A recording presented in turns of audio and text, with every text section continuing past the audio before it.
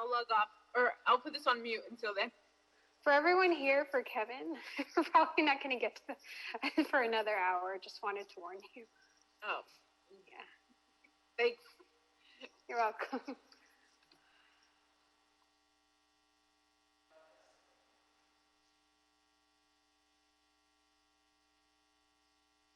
The commission meeting's though 1:30, right? Yeah, it is. Everyone was in there. Good afternoon, everyone. Okay. Fernando Campos with the Board of Public Works gonna Executive hang tight. Officer. We are going to get started with the Board of Public Works in the next couple of minutes. If you are here, if you're a member of the general public that would like to make any public commentary or would like to make a comment on any of the items, if you can just press *9 on your handheld device or smartphone device. Hey, Chad, it's Greg. Again, Spots. it's *9. *9 if you'd like to make any public comments Happy at Friday. this time. Happy Friday. All others that are on the know, the line, if you haircuts can got mute your legalized a couple microphone at weeks this ago. time, I would appreciate Yes, that. I heard that. I don't know if my place is open, but I will check. Although I'm liking the long hair. It's my summer hair. I was feeling the same, but then here, I'll show you. Then I got it done. Okay. I thought I was returning to my old rock and roll days by growing it out a little bit. You decided to show yourself to us, Greg, huh? Yeah, I thought if I'm going to rag on him about the haircut, I better demonstrate that I got one. But we like what we see. Good to see you. Good to see you, too. I haven't seen you in a while. Yeah. I'm sorry about the big office project. What are you going to do? About Too the soon. about the area, the land. I don't know that yet. So something will happen in that place, but I'm not sure what that is now. I was really excited about us doing the BPP. Yeah, well, the environment now, the time, and all those things probably, we have to do it differently. So that's what the city council asking us. I know you guys worked really hard to get us to this point. Yep. Yeah.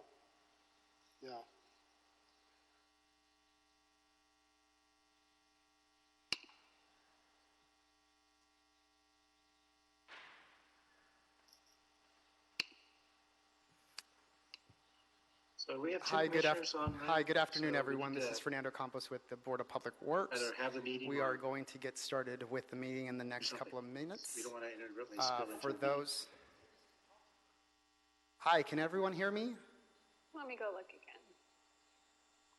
I don't.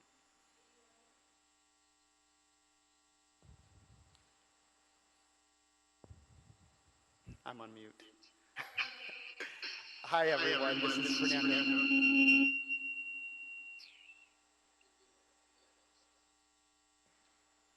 It's the feedback. Yeah, I just muted my microphone. Hi, everyone on the line. This is Fernando Campos with the Board of Public Works Executive Officer. I am going to start the recording at this time. We are live with council audio. For members that are joining us from the general public that would like to make any public commentary, at this time, if I can ask you to press *9 on your handheld device or your smartphone device to make any public commentary on today's Board of Public Works special agenda. If you'd like to make any commentary on any of the items scheduled for today as well, you can press *9. Again, members of the general public that are calling in that like to make any public commentary on today's agenda, please press *9 at this time. I like your background, Barbara.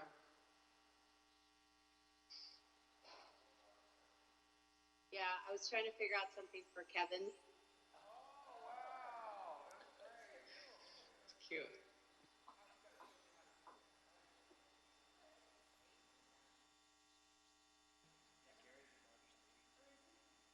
So they're having sound issues. I don't know if you guys heard them talking when I stepped out, but they're trying to get it figured out, but they can hear us. So just hang tight. I do not have any callers, Mr. President, at this time. We can get started. The recording is on and council audio is on as well. So we are clear to go. Great, thank you. Good afternoon, everyone. Welcome to the the special meeting of the Board of Public Works for today, Friday, June 26, 2020. The meeting was calendared for 1:30 p.m. and the time is 1:39 p.m. Dr. Campos, you can establish quorum. Absolutely. Fernando Campos, Executive Officer. We have Commissioner Garcia, Commissioner James, and Commissioner Davis that are joining us here at City Hall in the board session room. We are also joined by Commissioner Villegas and also Commissioner Caloza that are both joining us remotely from their City Hall offices here in City Hall. I am here with you in the board office. Mr. President, you do have a quorum at this time. There are currently no public comments in the queue. We also do not have any speakers under... One public comment. My apologies, Mr. President. We do have one person that has just raised their hand for general public comment, and we do not have any other commentary cards at this We're probably not going to time. get to Kevin's part for the farewell probably until like 2:30. So I just wanted to flag that in case you had Oh, okay.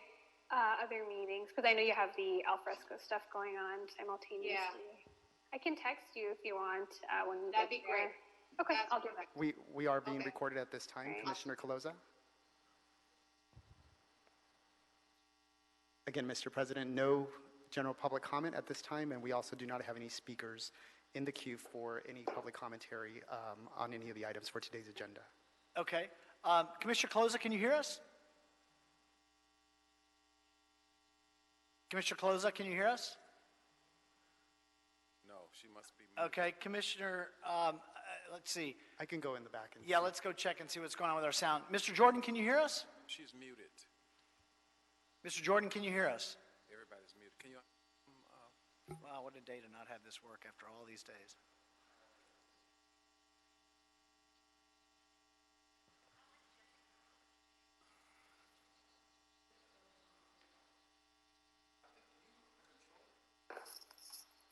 We're trying to see what's going on here.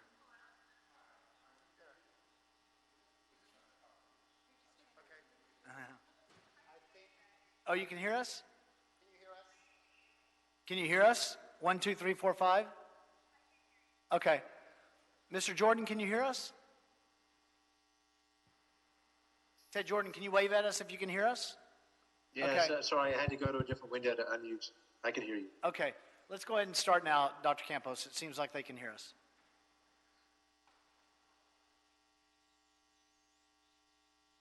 All right, let's give it another whirl. Okay, we'll start over again. Starting the recording now. Yes. Again, this is Fernando Campos, Executive Officer. We're doing roll call for today. We have Commissioner Garcia, Commissioner James, and Commissioner Davis that are inside the board session room at City Hall. We are also joined by Commissioner Villegas and also Commissioner Caloza that are both remotely dialing in from their City Hall offices here at City Hall. We are joined also by our General Counsel, Mr. Ted Jordan, who is dialing in remotely from home. And I am here at City Hall. Mr. President, you do have a quorum at this time. Currently, we do not have any speakers under general public comment. We also have no commentary under the Neighborhood Council comment section. No speakers are in the queue for any of the items for today's special agenda as well. Okay, we'll close general public comment. It is 1:42, and the meeting was agendized for 1:30, so we are authorized to go forward. We'll start with agenda item number 1, the approval of the meeting minutes from the meeting of Tuesday, June 16th, 2020. Is there a second to my motion to approve those meeting minutes by Commissioners Garcia and Davis? Any objection, Commissioner Caloza?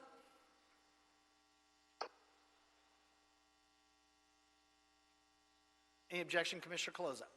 None, thank you. Thank you. Commissioner Villegas, any objection on number 1? No objection. All right, thank you. So that'll be the order on agenda item number 1. Agenda item number 2 from the Bureau of Engineering, Council Districts 1 and 13, a revised task order solicitation and budget increase for Parsons Transportation Group, construction monitoring and permit compliance services for the Taylor Yard Bikeway and pedestrian bridge over the Los Angeles River project, recommending that the board authorize the city engineer to issue a revision of the TOS number EMGD 052 to Parsons Transportation Group, increasing the budget authority from $150,000 to $225,000, so a $75,000 increase for construction monitoring and permit compliance for the Taylor Yard Bikeway and pedestrian bridge over the Los Angeles River project. Dr. Campos, we have a representative for number 2. We do. We have Mr. Norman Mundy. Mr. Mundy. Thank you, Commissioner James. This is Norman Mundy, Bureau of Engineering, Environmental Management Group. This item does have to do with request to increase the budget for a task that involves the Taylor Yard Bikeway and pedestrian bridge over the Los Angeles River. We are requesting an increase in the budget for services related to biological monitoring for during the construction period of the project. Construction on the bridge started in September 2018 and is expected to continue through March of 2021. As a result of the environmental documentation process for the project, the city is required to do certain monitoring activities during project construction, including monitoring for biological resources. And in this part of the LA River, there's a special concern with nesting birds, which may be present. So much of the biological monitoring that we are required to do involves surveys and documentation of the presence of nesting birds. During project construction, we've had one of our consultants, Parsons, doing the construction activities, and they've been doing them since the start of construction in September 2018. We're very happy with their performance so far. The original budget that Parsons was working under was for $150,000. And we're before the board today to request an increase in that amount from $150,000 to $225,000. So as Commissioner James said, an increase of $75,000.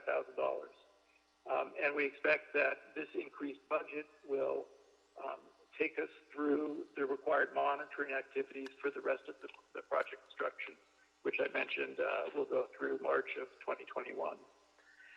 In terms of MEBI-WEBI performance on the contracts, for the tasks so far, for the money, for the work been done so far, we have MBE participation of 43%. WBE is 0%.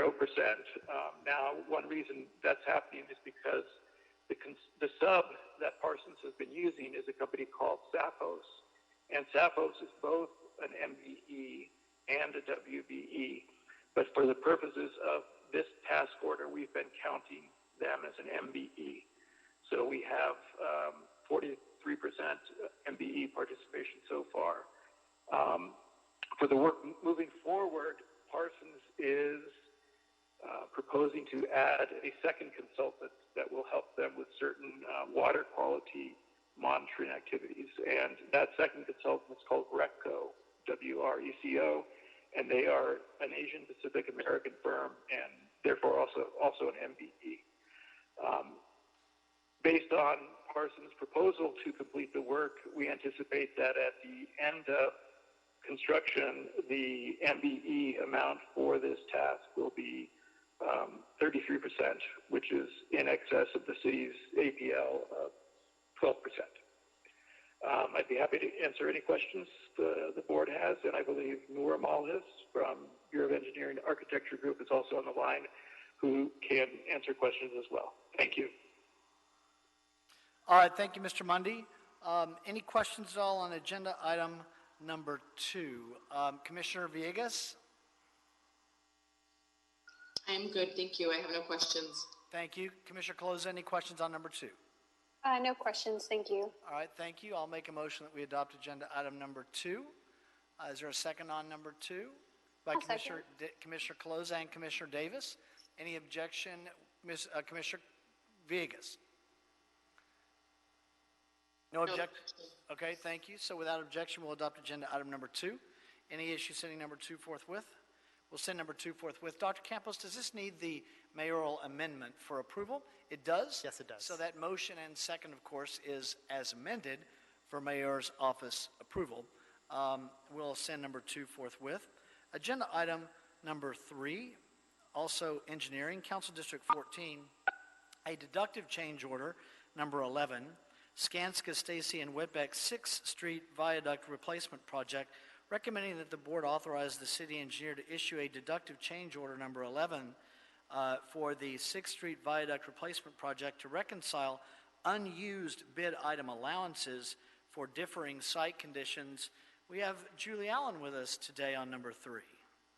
Good afternoon. Julie Allen, Bureau of Engineering, 6th Street Viaduct Program.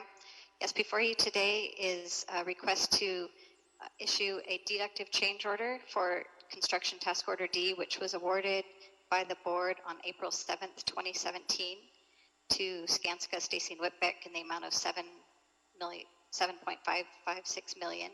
And the scope of work included one of the more complex components of our right-of-way work, which was relocating high-voltage power lines from being above ground, which they would be in conflict with the new viaduct, to being underground, and this involved a 4-foot diameter tunnel, essentially, or horizontal directional drilling underneath all 18 railroad tracks, as well as the LA River. And due to the significant risks with hitting unforeseen obstructions or contaminated material, we included a bid item allowance of $175,000 to address any of those conditions that may be encountered during construction. And fortunately, we avoided any major problems during construction, and we used less than $3,000 with this bid item. As a result, we are asking the board authority to issue change order number 11, which will deduct the remaining $172,293 from the contract. And including this particular change order amount, the summary of change orders will result in a net credit to the city of $8,553. All the work has been completed, and the statement of completion was issued by the Bureau of Contract Administration on December 24th, 2019. With that, I would be happy to answer any questions. Thank you, Ms. Allen. We'll start with Commissioner Garcia. Thank you, President James. Julie, question, was this part of the original design, or was this something that came about afterwards? This particular task order D, was part of the original scope of work. What we did in the right-of package, as well as the construction packages, is award them in phases as the work became ready to be completed, and we achieved all of the permits and approvals. For example, in this one, we needed permits from the railroad agencies and the Corps of Engineers to bore under their property. So this was always part of the scope of work. It just was issued as a task order separately from the other ones, like we did with many of the other packages. Thank you, Julie, for that. That explains everything. Thank you. Thank you. Commissioner Villegas, any questions? I am good, thank you. Thank you. Commissioner Caloza, any questions? No questions, thank you. Okay, then I'll make a motion that we adopt agenda item number 3, seconded by Commissioner Davis. Any objection, Commissioner Caloza? No objections, thank you. Thank you. Any objection, Commissioner Villegas? None. Okay, no objections in the hearing room, so that'll be the order. That's a deductive change order, Dr. Campos. It does not need mayoral approval, correct? That is correct. Okay, so that'll be the order on number 3. We can send number 3 forthwith. Agenda item number 4, sole source design build procurement, Council District 13, for the historic Filipino town Eastern Gateway Project. Recommending that the board authorize the city engineer to sole source the design build procurement of the arch gateway structure for an amount not to exceed $452,000. And secondly, authorize the city engineer to negotiate a price agreement with South Coast Lighting and Design for the above referenced arch gateway structure, which will be procured by the City of Los Angeles and installed by South Coast Lighting and Design. And we have Ms. Lau. Good afternoon, Shirley Lau with the Bureau of Engineering Bridge Improvement Division. I'll start off with some background information on this project. This project will be in historic Filipino town. And historic Filipino town is a 2.1 square mile district that recognizes the cultural, social, economic, and political contributions of Filipinos living in the city since the 1940s. The neighborhood of historic Filipino town borders Silver Lake and Echo Park communities, and it was officially designated through a resolution led by then City Council Member Eric Garcetti in 2002. There are several cultural landmarks that have been constructed in historic Filipino town to commemorate over 500,000 Filipino Americans living in Los Angeles, such as the mural at Unidad Park, and there are some historic Filipino town street light art projects that adorn the lamp posts at various intersections in the district. Over the last 5 years, the community, they've been advocating for a cultural gateway to enhance the neighborhood, increase visibility of this district. It's similar to, I guess, culturally designated areas in the city, such as Chinatown and Koreatown. After years of planning, CD13 has accelerated discussions with the community, and the final design was culminated through community meetings and webinars held with nonprofits, community leaders, small businesses, and neighbors, as well as in consultation with Filipino artist Eliseo Art Silva. This project is also part of a larger plan to improve that corridor. The First Street Bridge Viaduct seismic retrofit project, it's adjacent. That project is going to be completed in the fall of this year. This arch gateway structure pays tribute to both the legacy and the bright future of the Filipino-American community in the city of Los Angeles. And we have a rendering in the report that shows the final design concept that was approved by the Cultural Affairs Commission at its meeting on June 10th, 2020. We're requesting sole source because, as you can see in the photo, the arch gateway structure, it's very unique with customized elements.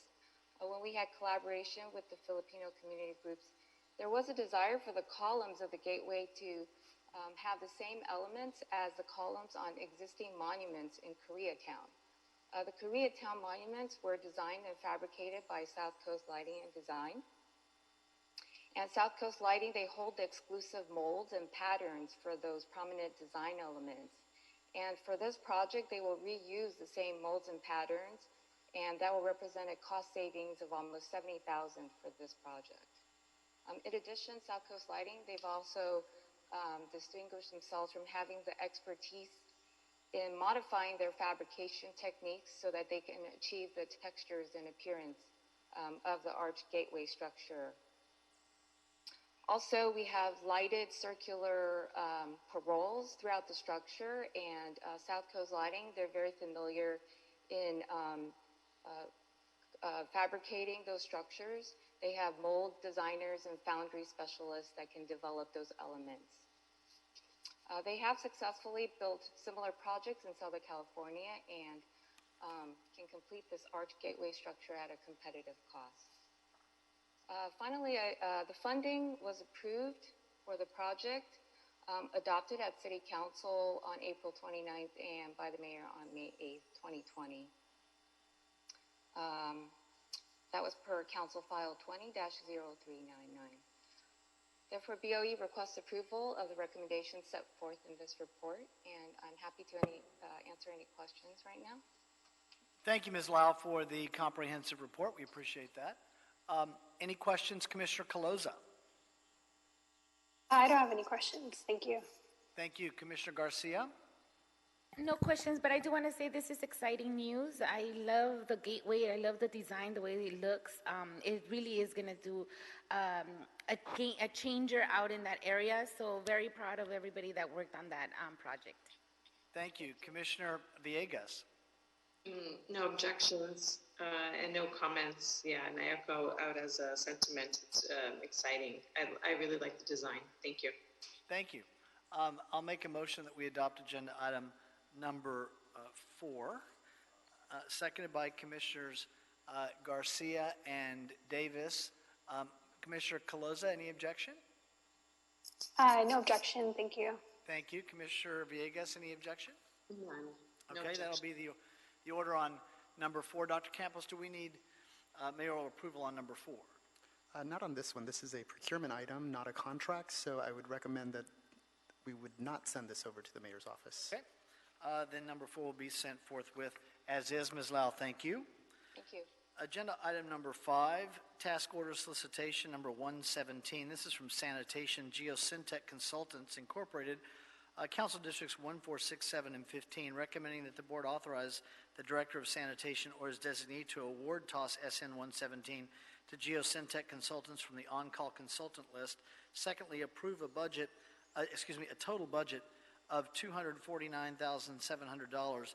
That includes a $109,000 contingency which is large, to fund close landfill post-closure maintenance updates and landfill services. And 3, approve the term of engagement to July 22nd, 2024, starting from the date sanitation issues a notice to proceed. And we have Raymond Oliveras and John Cobb Hamilton. So whichever of you would like to start on agenda item number 5, the floor is yours. Thank you, commissioners. Good afternoon, and good afternoon to everybody listening. We're requesting a task order solicitation award for Geosyntec to perform a scope of services for landfill post-closure maintenance as regulated by the California Code of Regulations, Title 27, and the California Water Code, and all other federal, state, local requirements for landfills in the city of Los Angeles for health and safety. We have 5 closed landfills that are roughly 60 to 24 years of age since they stopped receiving refuse, and they are required under California law to, and also federal law, to maintain prescribed post-closure maintenance procedures for monitoring air, water, and the solids within the landfills for 30 years after their closure, or until there are no longer environmental impacts. So we solicited 25 of the on-call consultants that Bureau of Sanitation has, and 5 of those actually responded. 2 submitted proposals. And we selected Geosyntec based on their pricing. The pricing was much more competitive, and also on their experience at other sites, and also their familiarity with our sites. It is for a 5-year term, as you stated. The scope of services, there are 3 primary tasks. The first task is a non-water release corrective action plan and cost estimate, which was kind of the genesis of this whole toss. Is we actually did that in-house, and then we were told we had to have a third-party consultant to do that, which we didn't have on hand. So we went out with this to get that for us to do that plan over again. The second task is more open-ended. That's for other post-closure maintenance requirements and elements for compliance to really audit our program to make sure that all of our landfills are in compliance with the Cal Recycle and the other regulatory agencies. And the third task is for the PFAS, the polyfluoroalkyl substances, which we have been required to monitor and produce a report for, which we did on our own. But we think within a 5-year span, it's very reasonable that there'll be more regulations regarding this, which may be out of the scope of our in-house expertise. Of course, we'll try to do that in-house as much as possible, but if we need the outside consulting expertise, then we would utilize it in that case. As far as the budget, 51% of this is budgeted for the audit that I mentioned under Task 2, then also under the non-water release corrective action plan and cost estimate. And the rest of that would be for contingency for new regulations under the for PFAS or for other regulations as they impact the landfills. As far as the business inclusion program, Commissioner Clozo wanted a line. We had initially left that out, and we had added that. That's the first sentence in the which sets the APLs, the anticipated participation levels, which is 18% for MBE, 4% for WBE, 25% for SBE, and 8% for EBE, and 3% for DVBE. And we have not met those yet with our requirements, but as I said, we can do the mini outreach during the execution of the contract and try to meet those goals or go past them. Any questions? Thank you, Mr. Hamilton. We'll start with Commissioner Villegas. Thank you. I just see that from the scope of work, it looks like it will be shared with the regional board. Is that correct?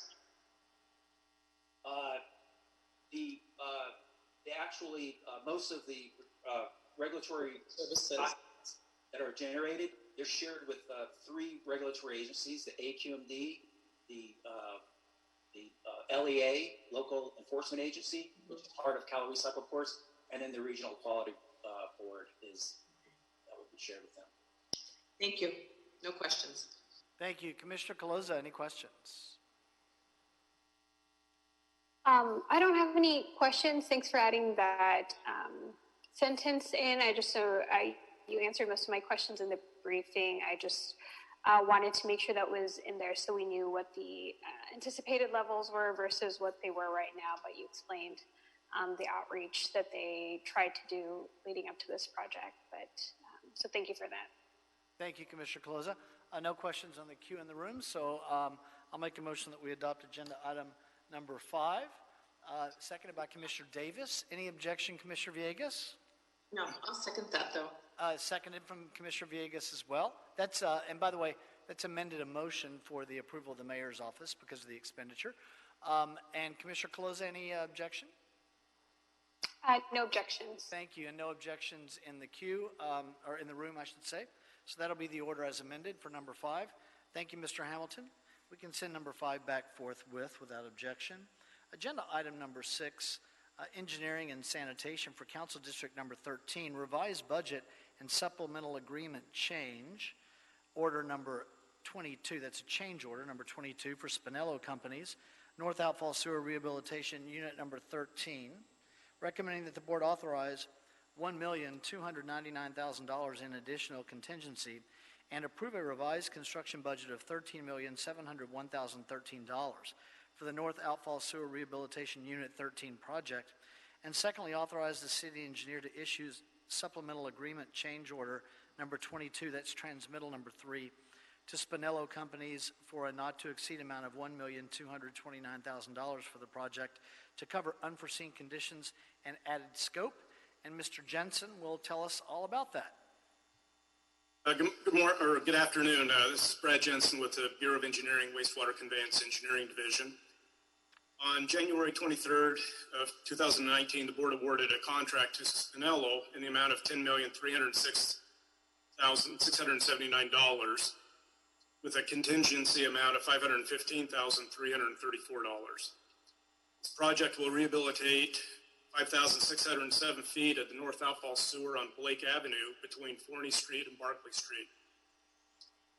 While construction was ongoing, closed-circuit television inspection performed by LA Sanitation and by Spinello in July of 2019 and August of 2019, voids were found along Blake Avenue that had undermined the soil and caused in one location the street to collapse. To maintain public safety, steel plates were placed over the newfound voids and repairs were initiated by the contractor. A total of 5 voids were identified initially, and an additional void was also found during the excavation and shoring of the access pit at Glover Place. Instead of directly repairing the voids, the Bureau of Engineering determined that it would be more cost-effective to use the void locations for cleaning and slip lining operations. A change order was then initiated with the additional work. On January 6th of 2020, the board approved the request of $1,650,000 in additional contingency funding and revised the construction budget of this project to $12,472,013. As construction is still ongoing, the sewer continues to deteriorate and more unforeseen conditions related to the sewer continue to occur. A newfound void at Glover Place needs to be repaired. Pits require waterproofing due to the installation of a shoring system that was used to avoid utility relocations. Removing debris caused by voids, relocation of a trap maintenance hole at Doris Place, and cross-gutter restorations. Also, we have some chimney restorations and adding more steel plates to protect the street, along with some additional closed-circuit television inspections. Some of the extra work stated above is also due to resequencing the work from the contractor's original proposed work plan. In addition to the work above, LA Sanitation has also requested to provide for property surveys to document the existing condition of the properties near the access pits in order to safeguard the city against potential unjustified claims later on. Forecasted change orders and future potential unforeseen conditions is estimated to cost $1,229,000. Therefore, an additional budget of this amount is being requested. The Program Review Committee with the Bureau of Sanitation has approved a budget of $13,701,013 for this project on March 1st of 2020. This work will be paid under the Sewer Construction and Maintenance Fund. This work has not been initiated pending the board approval. Therefore, the board the Bureau of Engineering recommends that the board authorize the additional $1,229,000 in additional contingency, and to authorize the city engineer to issue the supplemental agreement change order number 22 to Spinello for the amount not to exceed $1,229,000. And I can answer any questions that you might have. Thank you, Mr. Jensen. We will start with Commissioner Caloza. Any questions at all on number 6? I don't have any questions on this. Thank you. Thank you. Well, Commissioner Garcia. Thank you, President James. I do just have a question. On you have your unforeseen conditions added to the scope. Can you give us a quick example of what that looks like? Well, the biggest issue that we had is right as we were awarding the contract in early 2019, LA Sanitation went out and did a inspection of the sewer using the closed circuit television cameras. And what we discovered was we had several holes in the top of the sewer that was not known at the time that we awarded the contract. So instead of issuing an emergency contract for that work to be done by a different contractor, that work was added to the scope under the contract that we just awarded by the board. The contractor, instead of constructing the job as he had envisioned, the Bureau of Engineering had requested him, with input from the Bureau of Sanitation, to resequence some of the work to complete the work on the most critical parts of the project at that time. Thank you. Thank you, Commissioner Garcia. Commissioner Villegas, any questions? I'm good, thank you. Thank you, Commissioner Davis. I wanted to ask, in terms of the completion, the estimated date of completion of the project, where are we on the completion of the project? Right now, we anticipate that the construction should be completed around the beginning of 2021. Okay. All right, thank you. Okay, thank you. No further questions. I'll make a motion that we adopt agenda item number 6, seconded by Commissioner Davis. Commissioner Garcia stepped out of the room. Commissioner Caloza, any objection? No objections. Thank you. Commissioner Villegas, any objection? No objections. Okay, so this is subject to mayoral approval because of the expenditure. So that'll be as amended and seconded as amended. We'll send agenda item number 6. We'll give Commissioner Garcia a chance to vote on number 6. Any objection on number 6, Commissioner Garcia? Okay, no objection, Commissioner Garcia, on number 6. So that'll be the order on number 6 as amended. Thank you, Mr. Jensen. Thank you. That takes us to number 7, Engineering and Contract Administration, Council District 4, a contract acceptance for 2252 North Verde Oak Drive Bulkhead Project, recommending that the board accept the contract. Mr. Espindola on number 7. Good afternoon. George Espindola with the Bureau of Contract Administration. The 2252 Verde Oak Drive Bulkhead Project was executed on October 17, 2018 to John S. Meek, Company Incorporated, in the amount of $374,540 with a not to exceed limit of $449,448. Notice to proceed was issued on November 5th, 2018. This project consisted of constructing 90 linear feet of bulkhead, repairing of pavement, new concrete curb and gutter, and a metal beam guardrail. 3 change orders were issued, increasing the total contract amount by $1,441.19, bringing the total cost of this contract to $375,981.19. Final corrections were completed on June 28, 2019. Funding was through the Gas Tax Fund and Public Works Trust Fund. The contractor has complied with the Equal Employment Opportunities and Labor Compliance requirement of the contract. There are no unresolved property complaints or disputed funds. Thank you, Esmeralda. Any questions, Commissioner Caloza? No questions, thank you. Thank you. Commissioner Villegas, any questions? I'm good, thank you. All right, thank you. I'll make a motion that we adopt agenda item number 7, seconded by Commissioner Garcia and Commissioner Davis. Any objection, Commissioner Caloza? No objections, thank you. Thank you. Any objection, Commissioner Villegas? None. Okay, so that'll be the order on agenda item number 7. Thank you, Mr. Espindola. Agenda item number 8, Engineering and Contract Administration, Council District 14, Contract Award, Axiom Group for the 6th Street Viaduct Mission Myers Roundabout Project. Recommending that the board declare Axiom Group the first low bidder to be the lowest responsible bidder and award Axiom a contract for the project for $1,552,359.73 and authorize the president or 2 members of the board to execute the contract after approval as to form has been obtained from the city attorney. That takes us to Ms. Julie Allen for her second round today. Ms. Allen. Good afternoon. Again, Julie Allen, Bureau of Engineering. Before you today, we're recommending award of the Mission Myers Roundabout project. Just for clarification, it's not an element of the 6th Street Viaduct project itself, but it is in the vicinity and it is being delivered by our division. So just so you're aware of the clarification. It's located along Mission Road and Jesse Street and Myers Street, and it's between 6th Street, where the viaduct is being constructed, and 7th Street, so it goes just to the south. And what the project will do is eliminate a pair of closely spaced T intersections and combine them into a roundabout to improve vehicle circulation. And the work that is included in the contract is the roadway pavement, permeable pavers, signage and striping, storm drains, landscaping, irrigation, utility relocation, and some other elements there. And to provide some additional context, we're currently in construction of an active transportation project in that same corridor where we're installing sidewalk and bike lanes along Mission Road also. And what this project is doing is within that same corridor constructing the actual roundabout pavement area within the roundabout project. So the 2 projects are closely coordinated and are in the same space.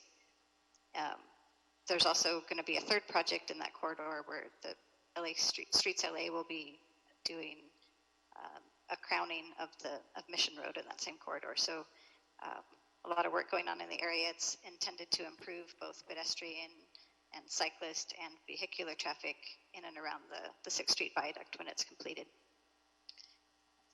So the bids that were received, the lowest bid from Axiom, who were recommending approval, was 7.47% higher than the engineer's estimate, but upon review of the bids, we felt that it was appropriate and there was sufficient funding to award.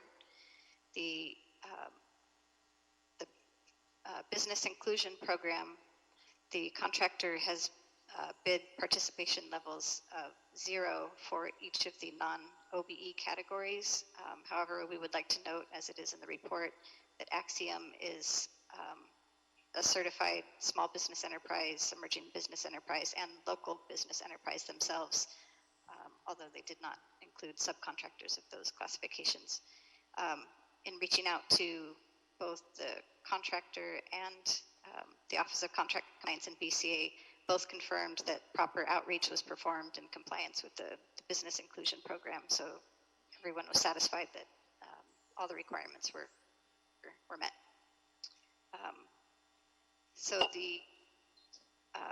I don't think I have anything else to include in the presentation, but I would be happy to answer any questions that you have.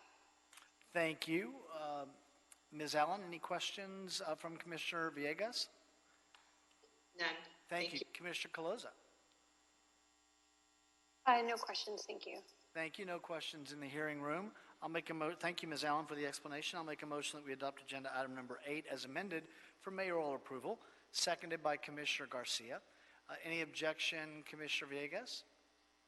No objection. Thank you. Any objection, Commissioner Caloza? No objections, thank you. Thank you. No objections in the hearing room, so that'll be the order on number 8. Dr. Campos? And we can send number 8 forthwith. Thank you, Ms. Allen. Moving to agenda item number 9, Street Services, Streets LA, and Contract Administration. We have, if I added up correctly, colleagues, we have 4 contract awards on the landscaping maintenance that we're going to get to this morning. We'll start with number 10, actually. Number 9 has a local business preference program, brief discussion that we'll have, so we'll hold that for a moment. We'll go ahead and take 10, 11, and 12. We'll start with number 10, contract award, Sandy Group Incorporated, landscape maintenance of median islands at specific locations, East Valley. Council Districts 1, 2, 4, 5, 6, 7, 13, and 14, recommending that the board first declare Sandy Group doing business as BMC Landscape Management the first low bidder to be the lowest responsive responsible bidder and award them a contract for the project for a combined total bid amount of $471,813.56 for 1 year. That's 2020-2021 fiscal year, with the option to renew annually for 2 additional years. Secondly, authorize the president or 2 members of the Board of Public Works to execute the contract for the project after approval as to form from the city attorney has been obtained. 3, instruct the executive officer to immediately advise BMC to submit their bonds and insurance documents within 5 working days after the date of notification of the award of the contract by the board. 4th, instruct the executive officer to issue a notice to proceed for the budgeted amount of $353,860.17 and to issue a second notice to proceed for the remaining balance of $117,953.39 once funds become available. And 5th, instruct the executive officer of the board to immediately advise BMC that work on the project must start within 5 working days from the date of issuance of the notice to proceed. I know that we have Mr. Banuelos who's going to present on this specific item. Mr. Spots, are you available just to talk about where we are overall regarding the landscape maintenance projects as we enter the next budget year? Yes, I am. Okay, let's do that, and then we'll go on while we do number 10, and then we'll go to the individual contract itself. Go ahead. Thank you. Greetings, commissioners. It's good to be with you. We award multi-year contracts to maintain the 10.5 million square feet of irrigated median islands in the city. These are median islands that are watered, and they have grass and shrubbery and other plants on them, and they need biweekly maintenance in order to stay in good condition. Because we're watering, if there isn't maintenance, very quickly it becomes very unruly. We are just finishing a 3-year contracting cycle in which one provider, Mariposa, had 3 of the 4 geographic areas, and Sandy had the East Valley. And it was a successful 3-year period where throughout the entire period, our inventory of medians were in maintained condition. The way these contracts work is we pay the contractor after every 2-week visit when we verified that the medians have been mowed, weeded, and the trash has been removed. So if they don't perform, they don't get paid each time. And these, the current contractors have performed well.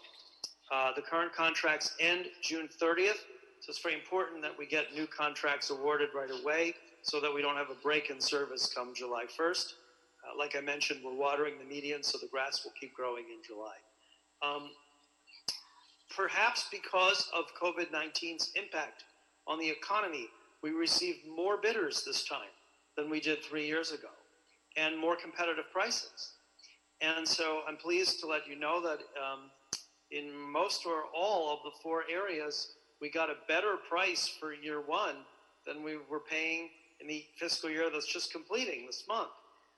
And that's good news because due to the city's budget crisis, instead of $3.1 million allocated to this function for fiscal year 2021, only $2 million has been made available.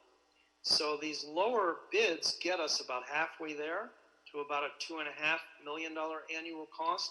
And so we're recommending awarding the contracts now up to the $2 million that's been provided in the city budget, and somewhere during the year when we identify the remaining funds that are needed, we'll come back to you to issue the notice to proceed for the remaining amount. Great. Thank you, Mr. Spots. Summary you needed? That's exactly what I was asking. Very helpful. That lays the context for us to go to number 10, and we'll start with Mr. Banuelos on contract for Sandy Group, agenda item number 10 that I just called. Mr. Banuelos, go ahead on number 10.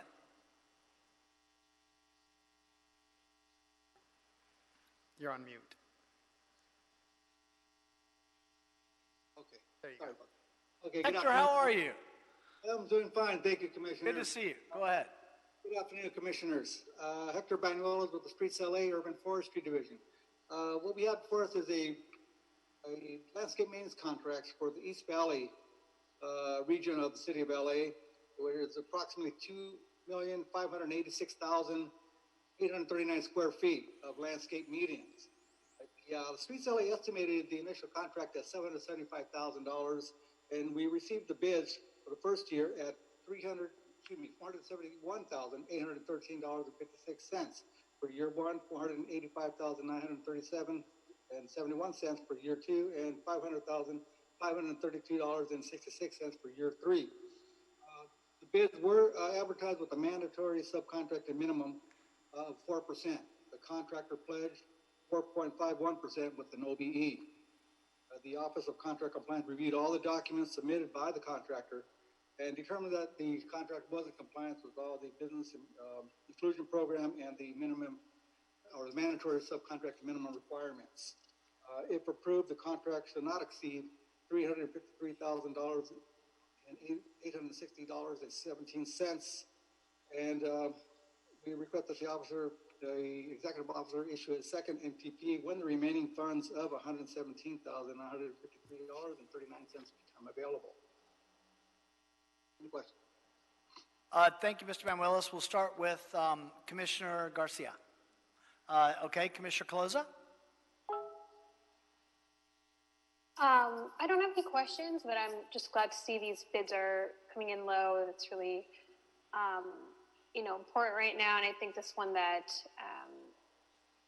Hector was talking about, this came in, you're on item number 10, right? 39.12% low?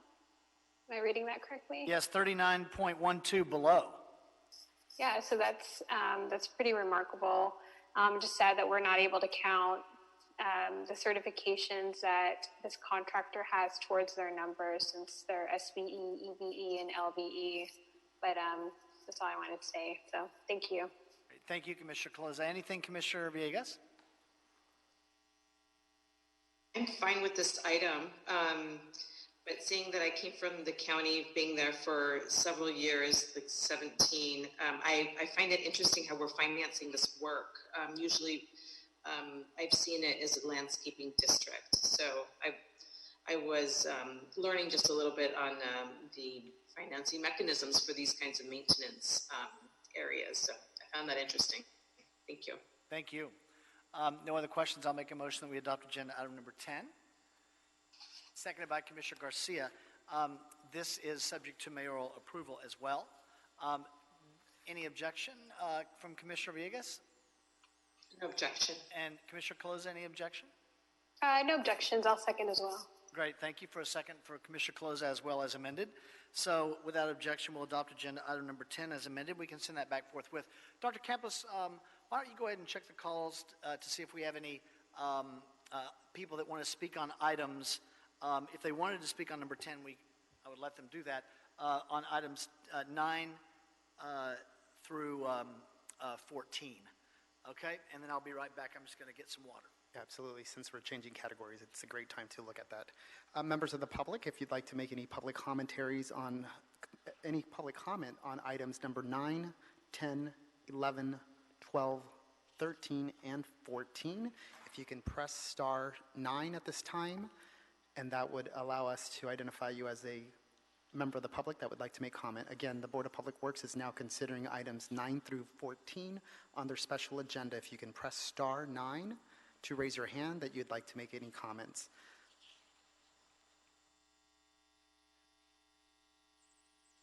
Great.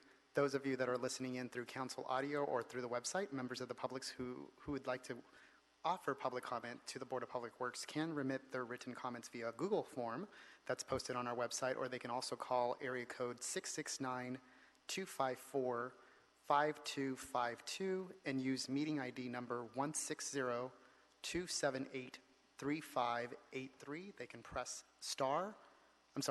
pound again when prompted for participant ID. Again, members of the public that would like to make any public comment to the Board of Public Works on any of the items can call area code 669-254-5252 and use member meeting ID number 160-278-3583. Press pound again when prompted for a participant ID. Great, last call. Pound 9, star 9. Great. Free to Mr. go? President, we are good to go. No one All right, wishes to make thank you. We'll go to agenda item number 11. Also for you, Mr. Banuelos, Street Services, Contract Administration, Council Districts 1, 4, 5, 8, 9, 10, 11, 13, and 14. Contract award for Mariposa Landscape Incorporated, landscape maintenance of median islands at specific locations in the North Central Division. Recommending that the board first find the mandatory subcontracting minimum level deviation in the Mariposa landscape bid to be inconsequential and request the board to waive it as discussed in the report. Secondly, receive and file transmittal number 2. Third, declare Mariposa the sole bidder to be the lowest responsible bidder and award them a contract for the project for a combined total bid amount of $641,630.24 for 1 year, with the option to renew annually for 2 additional years. Fourth, authorize the president or 2 members of the board to execute the contract for the project after approval as to form by the city attorney has been obtained. Fifth, instruct the executive officer to immediately advise Mariposa to submit their bonds and insurance documents within 5 working days after the date of notification of award of the contract by the board. Sixth, instruct the executive officer to immediately advise Mariposa that work on the project must start within 5 working days of the date of issuance of the notice to proceed. 7, instruct the executive officer of the board to issue a notice to proceed for the budgeted amount of $481,222.68 and issue a second notice to proceed for the remaining balance of $160,407.56 once funds become available. And finally, delegate authority to the Director of Streets LA to take the necessary actions to exercise the future renewal options and execute all related documents. Streets LA will return to the board for approval. Mr. Banuelos on number 11. Yes, good afternoon, Commissioners. Mr. Banuelos, Urban Forestry Division, Streets LA. This is a contract for the North Central area of the City of Los Angeles and Council Districts 1, 4, 5, 8, 9, 10, 11, 13, and 14. This contract will provide biweekly service to the landscape medians to approximately 2,232,725 square feet of landscape medians. The initial estimate for this contract was $775,000, and the bids received were for $641,630.24 for year 1, and $692,656.94 for year 2, and $707,343.80 for year 3. This is the bid was advertised with a mandatory subcontracting minimum of 4%. The Office of Contract Compliance did cite some concerns with the subcontractor participation for this contract, and citing that they did not meet the requirements for the minimum subcontractor, and that they were the material supplier. However, this is the sole bid that we received, and the condition that, well, the Urban Forestry Division is of the opinion that the subcontractor should be allowed to participate, and that we're requesting that the board approve the contract. This is a sole contract or bid that we received, and we want to ensure that the landscape medians continue to receive service come the first of the fiscal year. If approved, the contract shall not exceed $564,817.92, and that we request that the executive officer issue a second NTP when the remaining funds of $141,204 become available. Any questions? Thank you, Mr. Banuelos. Mr. Jordan, can I ask you quickly, I know the board report indicates that you agree that the board has the ability in this instance, to make the determination that the deviation for Mariposa on the mandatory subcontracting minimum is inconsequential, and we do have the authority to grant this bid to the only bidder that we had. Indeed, the bid was almost 18% below our city estimate, but we do have that discretion, correct, Mr. Jordan? Yes, the staff's recommendation was to find that this deviation, the bid requirements, do not give them a competitive advantage. All right. So we concur in that recommendation. Thank you very much. Any questions, Commissioner Caloza? Thank you, President James. I just have two quick follow-up questions for Mr. Benuelos. So for the issue that you mentioned for their subcontractors, you said one that they listed was an actual subcontractor and one was a supplier. Just for my own clarification, was it Safety Vibe Incorporated? Since they're listed as zero on the board report, is that the supplier and that's why they're listed as zero? Yes, it's Safety Vibe Incorporated. They are an MBE, SBE, and EBE. Okay. Yes, and they've, with their participation and with the participation of IEE CLT, who is also SBE, EBE, and DVBE, that's a 3% of their pledged amount. That would then meet the minimum subcontracting requirements. Okay.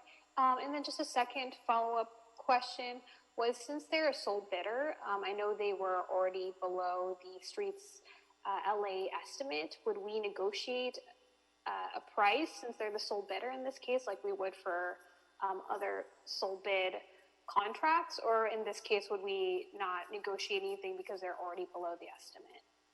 Yeah, they're already below the estimate. They're also below the last year's price as well, the current year. Okay.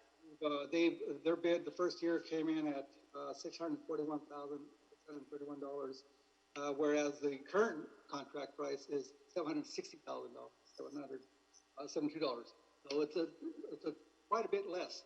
So you're not going to negotiate down further is what you're telling me, Mr. Benuelos? No, we're not. Okay. All right, thank you for clarifying. I don't have any other questions. Thank you, Commissioner Caloza. Commissioner Villegas, any questions? I'm sorry, one more time? No questions. All right, thank you. No questions in the queue, in the room. Keep saying the queue, in the hearing room. I guess in the line in the hearing room. I'll make a motion that we adopt agenda item number 11 as amended for mayoral approval. I'll second that. Seconded. Thank you by Commissioner Villegas. Any objection, Commissioner Caloza? No objections, thank you. Okay, and no objections in the hearing room, so that'll be the order on number 12. Number 11. We can send number 11 back forthwith as amended. That'll move us to number 12, Council Districts 3, 4, 5, 6, 7, and 12, Streets LA and Contract Administration, a requested contract award, International Environmental Corporation, landscape maintenance of Median Island at specific locations, this time in the West Valley. Recommending that the board declare International Environmental Corporation, that's IEC, the first low bidder to be the lowest responsible bidder, and award them a contract for the project for a combined total bid amount of $677,424.02 for 1 year, with the option to renew annually for 2 additional years.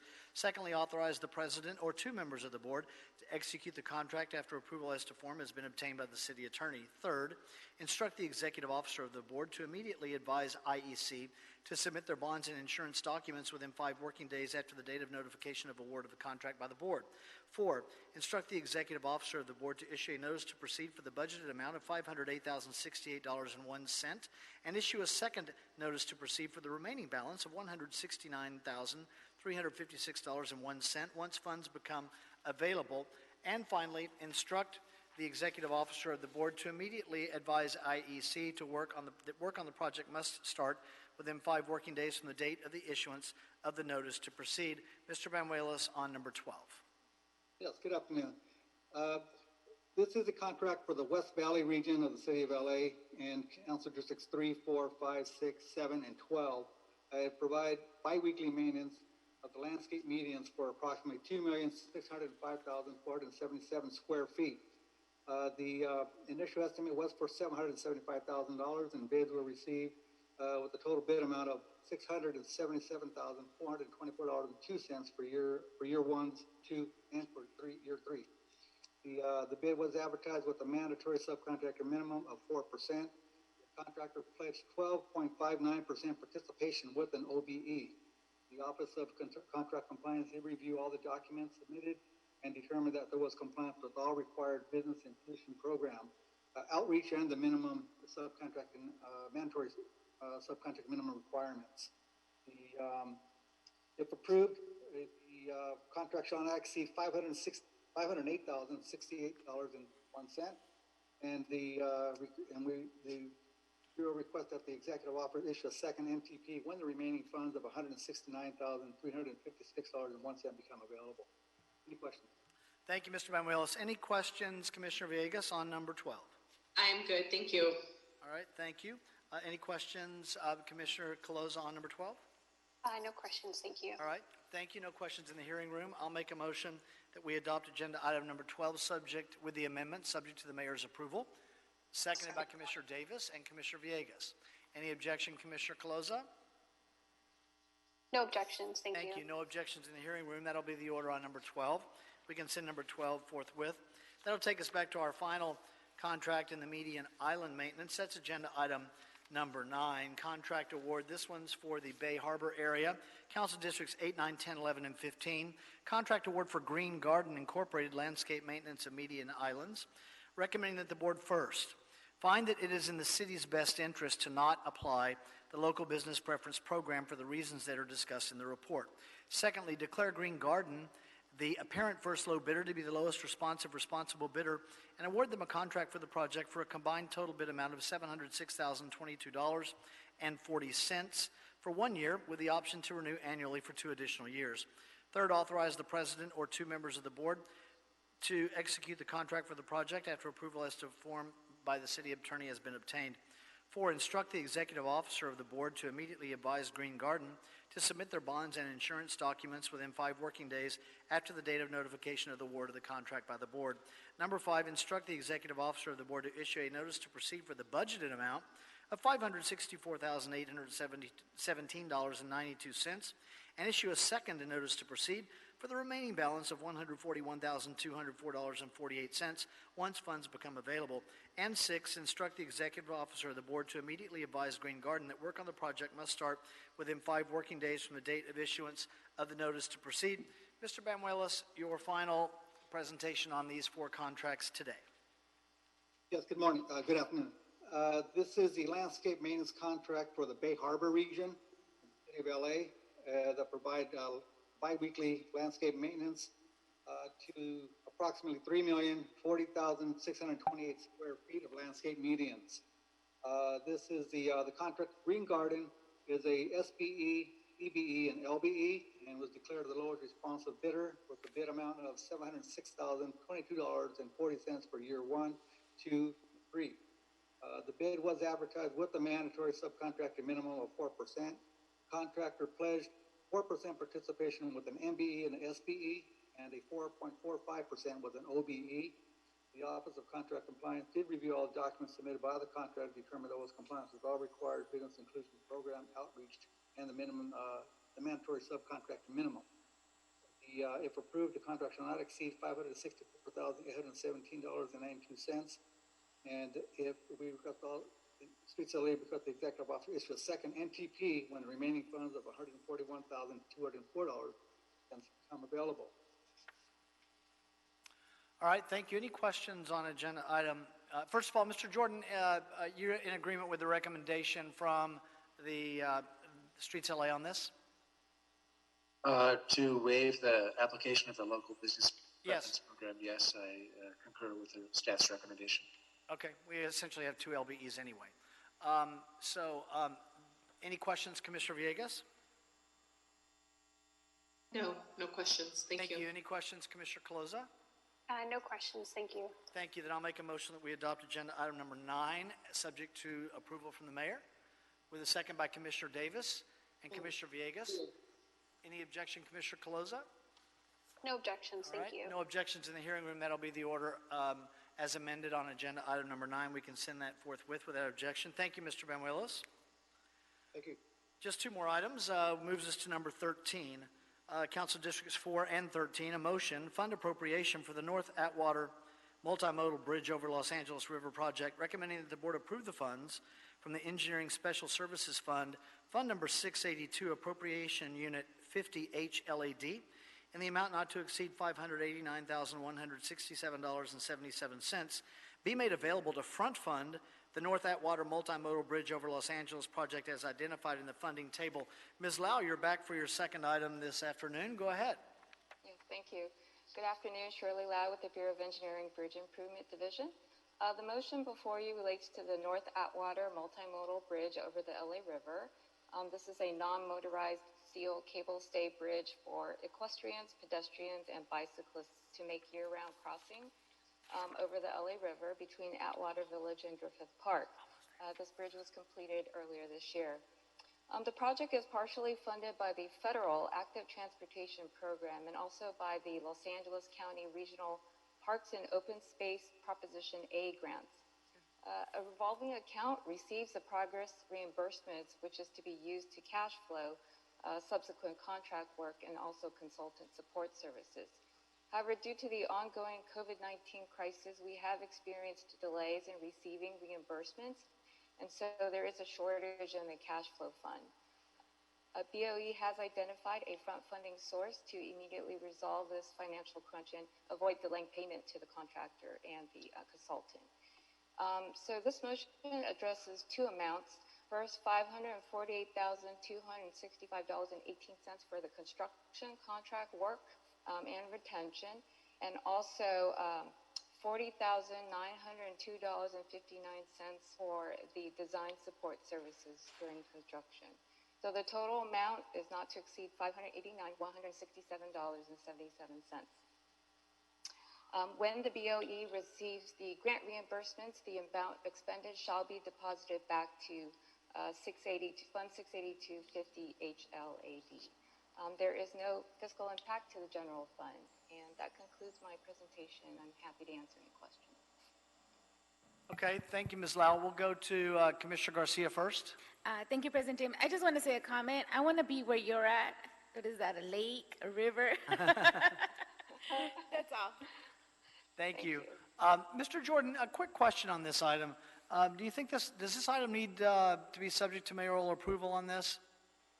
This item is not subject to the mayor's March 19th belt-tightening memo, which really just address these execution of contracts or contracts amendments. It may very well be that certain contracts or contract amendments that need to be signed that will use this money will need approval, but this particular action does not require mayor's approval under that March memo. Great, thank you. Any questions, Commissioner Caloza? No questions. I second Commissioner Garcia's comment, though. From Ms. Lau's background. Commissioner Villegas, any questions? I do. I don't have a question in terms of financing. That's what's before us today. But I do, I'm not sure if it was the La Corette's bridge that we had some safety issues to address in terms of because I understand horses will be using these, and so we've had in the past maybe some horses that aren't used to crossing bridges, and I didn't know if you could speak to that. Surely any kind of safety measures or anything like that for this. I'm going to interject for a moment. So yes, Mr. Jordan. This item isn't really before the board, so my recommendation is that in terms of the issues on the bridge. So I think that probably would be better to be agendized and discussed at a separate meeting. Okay, thank you, Commissioner Villegas. So we'll have that for another topic when that's in the purview. Yeah, thank you, Ted, for that clarification. I appreciate that. I'll stay on topic. That is all. Okay, thank you. And Commissioner Caloza, did I ask you if you had any questions? You did. I don't have any questions. Okay, thank you. No question. Commissioner Davis? No questions in the queue. I'll make a motion that we adopt agenda item number 13, seconded by Commissioners Davis and Garcia and Commissioner Caloza. Any objection, Commissioner Villegas? No objection. All right, thank you. Without objection, we'll adopt agenda item number 13. Any issue sending 13 forthwith? That will go forthwith. Thank you, Ms. Lau. Thank you. Agenda item number 14, Council Districts 4 and 13, a bid extension, North Outfall Sewer Rehabilitation Unit 14, Marsh Street to Forney Street, Advanced Transportation and Congestion Management Technologies Deployment Federal Project. Again, it's a federal project. Recommending that the board first grant an extension of the bid dates from June 30th, 2020 for 1 week to July 7th, 2020 for both of the projects. And secondly, instruct the city engineer to advise all prospective bidders of the Board of Public Works action by addendum. Mr. Jensen, you're here for your second item today. Yes, good afternoon. Brad Jensen with Bureau of Engineering. The motion before you is to extend the bid dates for both of these projects by 1 week. As noted that when these were advertised on May 19th and May 26th, the bid receipt date was for June 30th. However, due to the recess by the Board of Public Works, we're requesting that these bids be extended to July 7th. All right, thank you. Any questions on this bid extension, Commissioner Garcia? No questions. Commissioner Caloza? No questions, thank you. Thank you. Commissioner Villegas, any questions on the bid extension? No questions, thank you. All right, Commissioner Davis? No, I'm fine with it. Thanks. All right, then I'll make a motion, my final of these motions for agenda item number 14. Is there a second on that? Second. By Commissioner Davis and Commissioner Caloza. Any objection, Commissioner Villegas? No objection. Thank you. No objection in the hearing room. That'll be the order on agenda item number 14.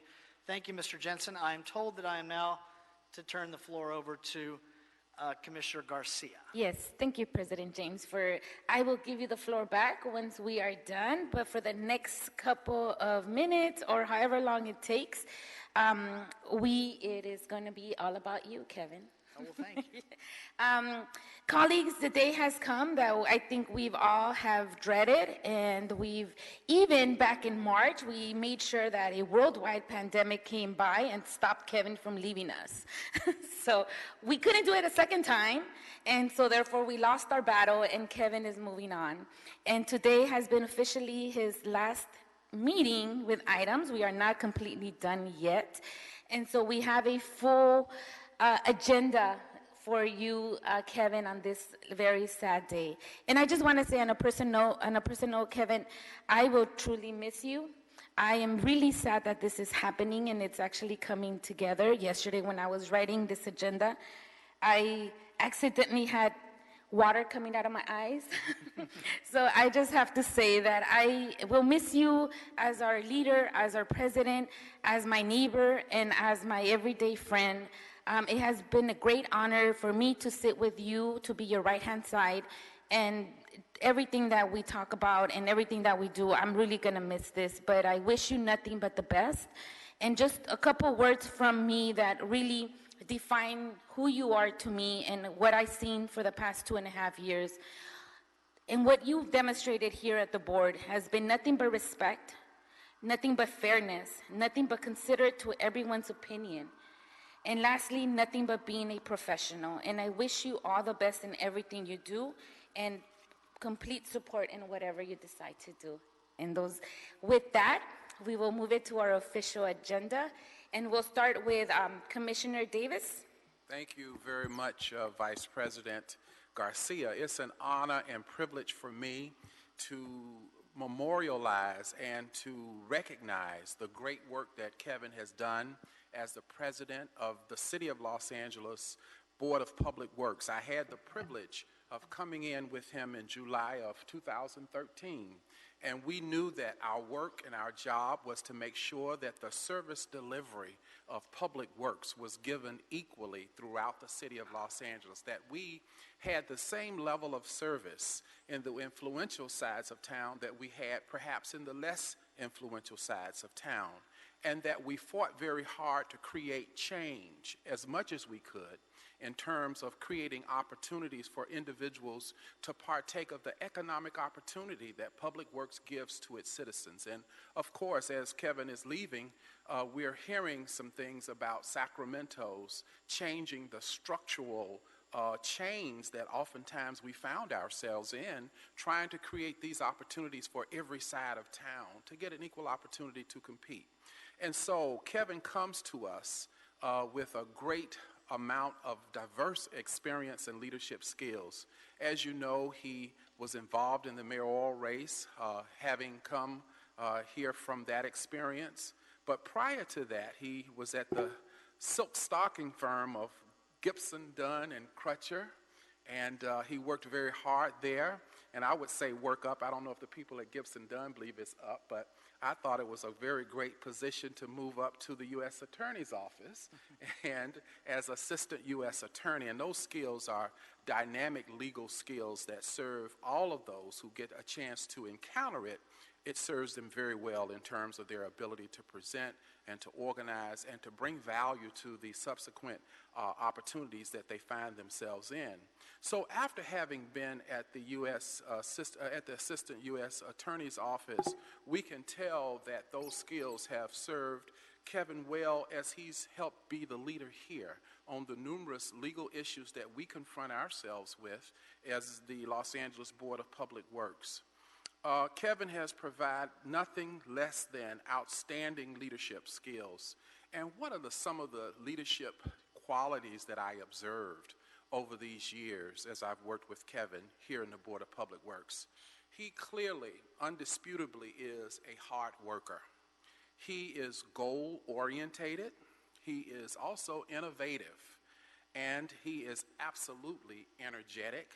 And I think the key and the glue to his success is that he is an effective communicator with all of the stakeholders with whom he deals. And so when we think about leadership, we know that these are the qualities that make for great leadership. Kevin will take his outstanding leadership skills, and now he will be involved in legislative affairs. And I know that he will be equally as effective and efficient there as he has been here. So on behalf of all of those of us in the Board of Public Works who've had an opportunity to work with him on the board, it is a privilege for me to present this certificate of recognition to Kevin, and it simply says, Certificate of Recognition, the Board of Public Works honors Kevin James, President of the Board of Public Works, Director and Chief Liaison for the Mayor's Office of Film and Television Production. That was a great plum, too. So, Kevin, I don't know if you're going to still be doing that or what. And hopefully, after this COVID experience that we find ourselves in, we can return to our fight about bringing film back here in Los Angeles. In recognition of your outstanding, stellar performance, and as a mark of appreciation for your loyalty and efficiency to the people of the city of Los Angeles, the Board of Public Works honors 7 years, and I love that number 7, that's my lucky number, of your leadership as President, Chair, Director, and Chief Liaison for the Film and Television Division, and your dedication and passion to make the Department of Public Works and the City of Los Angeles at large the best place on earth. We thank you for your professionalism, commitment, competency, synergy, inclusivity to improve and deliver public works projects and programs that enhance the quality of life, economic growth, public safety and health, and environment for all Angelenos. And it's signed by all of the members of the board who've had the privilege to work with you. Thank you so much, and we will be coming upstairs to see you soon. Thank you, Commissioner Davis. Thank you all. Dr. Campos? My first certificate. With heart. Really nice certificate, and if I could say, it's almost 8 years, if I'm not mistaken, correct? Or did you hit the 8 already?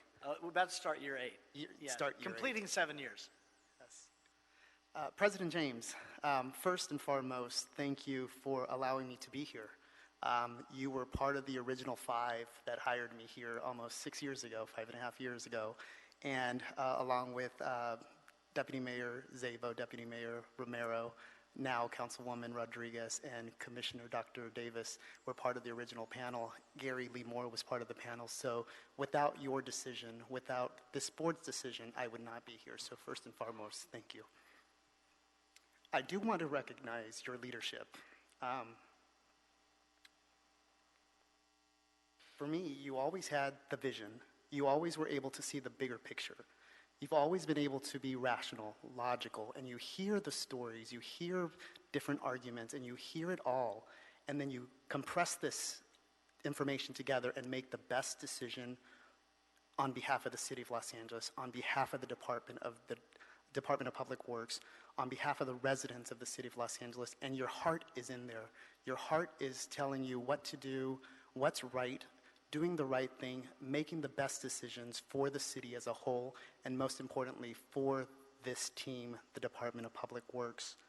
So with that, I do want to say that the way you collaborate, the way you mediate, the way you could grasp multiple disciplines and multiple issues and challenges, because this board has to take on many hard and has to make very many difficult decisions regarding tree removals, franchise waste, sidewalks, a gamut of things that this board has to deal with. And you are able to make that in such a way that makes it seem easy when I know it's not easy. So with that, I was asked to, and I'm privileged to, and honored to present a trophy. And believe it or not, we actually created a committee to identify which is the best trophy that we can give President James, right? And it was not an easy task because it required a task force, if you will. Do we give him a plaque? Do we give him a banner? Do we give him a picture? Do we give him a regular trophy? Is it brass? What type of trophy? So I am going to approach you in a few seconds, and I will present this trophy, but on behalf of the Department of Public Works, on behalf of the Board of Public Works, on behalf of the city, thank you for your leadership. Thank you for being a visionary. Thank you for your innovativeness. Thank you for your trust in us and in me as well. I appreciate and I will cherish all these 5.5 years that we've worked together, so I will miss you in that respect. So with that, I'm going to present to you the trophy. And if you will, President James, you know that every public meeting, I always address you as President James or Commissioner James, but if this is okay with you, I'd like to call you Kevin. Yes, please. Thank you.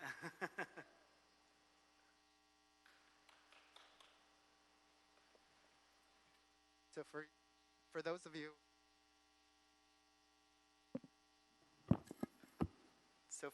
for those of you that are listening in or are on Zoom, this trophy that I'm going to present, it's extremely heavy, about 15 pounds, and we wanted to make sure that it was the right trophy. Let me get it out. It's about 15 pounds, about 18 to 20 inches long. It is crystal. It's really nice. It says, above and beyond, honoring Kevin James and recognition of your extraordinary and stellar performance as president of the Board of Public Works. And we wanted a trophy that would stand out among all the other trophies because this is the best trophy. And this represents your family, President James. So I'm honored to give this to you on behalf of the Board of Public Works. Thank you. It's beautiful. Thank you. And heavy. Wow. And it says above and beyond and has a star at the top.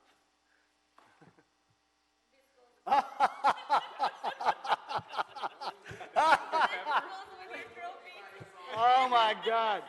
To laugh that hard, I had to put my face covering. Oh my God. Look at this. This is, now people will come to my office to visit me.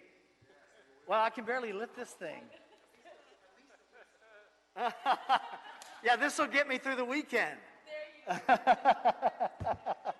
And there's Dr. Pepper in there. Oh, that's classic. Oh, thank you so much. You guys are amazing. Yes, there's like 6 of them in there, by the way. So I have to take pictures of all of these things today. My daughter made it. All right, we're gonna keep going, just because we have a couple people in queue. Commissioner Calosa? Thank you, Vice President Garcia. It's a really sad day for us here at the Board of Public Works. You will be so missed by everybody. One person who you may not have thought would miss you is actually my husband, Matt. Unbeknownst to many people who had never met him before, you were often confused with him when you were my +1 to the different Asian American events, and he often took credit for it after the fact. And so he's gonna be off the hook for a little while now because of COVID. But in all seriousness, you have just left a big legacy at the Board of Public Works. I've only gotten to work with you for the past year, but I haven't met anybody as universally loved as you are, Kevin. And that's really hard to do when you have a 7-year track record at the city. And it doesn't matter, whether or not we had to make a tough decision at the board or, a tough decision in general. you really made people feel like they were heard. And because of that, they trusted the decisions that the board made, the city makes, that you make as our president. And, you've really just been a champion for the public's trust in that way. And we've learned so much from you. Greg has, big shoes to fill. No pressure, Greg. I'm just kidding, but we'll miss you, and we will continue to share our words of how much you mean to us, in the last week that we have with you. And I want to give everybody else the rest of the time, so I don't want to take up much more, but just wanted to say how much you mean to us, and we can't wait to see what you'll do next. So thank you for your service to the city on behalf of me and the team here at Public Works. So thank you. Thank you, Commissioner Caloza, and thank you to Matt. Commissioner Villegas. Hi, I'm glad that I'm part of this team, and I just want to say, as a member of the Board of Public Works and being here for the last 8 months, it has been a big pleasure to be working with you. There have been a lot of issues that have been difficult to deal with, and you just handle them with a lot of grace and strategy, and then just always compassion. I'm going to echo the same sentiments that my colleagues have said as well. That's just a tribute to your good leadership style and very level-headed. In this line of work, it's very easy to be sometimes upset or mad, but you always keep it very professional and are able to come up with a level that is just one that is recognized and is very, very professional. So I really, really compliment you on your style, and it's probably just through your good schooling and your good parenting from your parents, but they created a great person in you, and I echo all the goodness that everybody's said about you. You're really going to be missed. Yeah. Thank you so much for your kind friendship. Thank you, Commissioner Villegas. Thank you, commissioners. We're going to move on to our outside guest, and we'll start with Councilmember Blumenfield. All right, thank you. Kevin, good to see you. And thank you all for including me in today's event. My staff didn't make it clear, though, whether this is a roast, a celebration, or a farewell. So I'm gonna try to cover all three very briefly. I thought this day would never come. 7 years with Kevin James. Yikes. And if that weren't bad enough, I became chair of the Public Works Committee in July of 2017. And I really, at that point, I couldn't avoid meeting with President James. And I can't believe I just called him President. Mr. President. Now, when Kevin joined the city in Public Works, I don't think that even he believed we worked for the public at all. But now he's finally come around to understanding how hard we all work. And believe me, it's not easy getting a former radio talk show host to admit that. And speaking of radio, Kevin, we've all always thought you really have a face for radio. Just kidding. You have a beautiful face. Now, on to the celebration. Kevin, you really do deserve this celebration. Not only did you take this role on as board chair very seriously, but you put your all and really engaged with the public on infrastructure matters, from trees to streets to everything in between. And I know from my own experience, since you were, among other things, assigned to the district that I represent, you always help make sure that we reimagine public works, from street damage restoration fees to the tree guarantee fee, and assisting my staff with constituent assistance. I know now you're going into legislative affairs with the mayor, so hopefully we'll continue to get to work together to do transformative things for the people of our entire city. And while I'll miss having you on this board, I really do look forward to working with you in the next phase, the mayor's office and beyond. I know you have a lot of creative policy thoughts to bring forward, and you are truly dedicated to serving this great city. Lastly, the farewell. While many people know, just by looking at you, that you are a boomer, even though he only escaped into the Boomers by 1 year. A lot of people may not realize you are a proud Boomer Sooner. Now, for those of you who don't know what that means, that's Oklahoma speak for Oklahoma U. So in closing, for you, Kevin, go Nebraska football, and go thee well, Kevin. Thank you. Thank you, council member. Thank you, council member. Do we have council member Buscaino on the line? Thank you. It's hard to follow my colleague Bob Blumenfield. He's just all comedy. And speaking of comedy, Kevin, I do want to recognize you for your role in the role that you played in The King of Queens, for which you were nominated in 2006 Primetime Emmy Award for Outstanding Lead Actor in a Comedy Series. We enjoyed watching you in Paul Blart, The Mall Cop, of course, Grown Ups, Zookeeper, Pixels, Hotel Transylvania. You played a great voiceover there. So Kevin James, really proud of your contributions to, this is the American actor we're talking about, right? Dennis Gleason asked me to recognize Kevin James. Thank you, sir.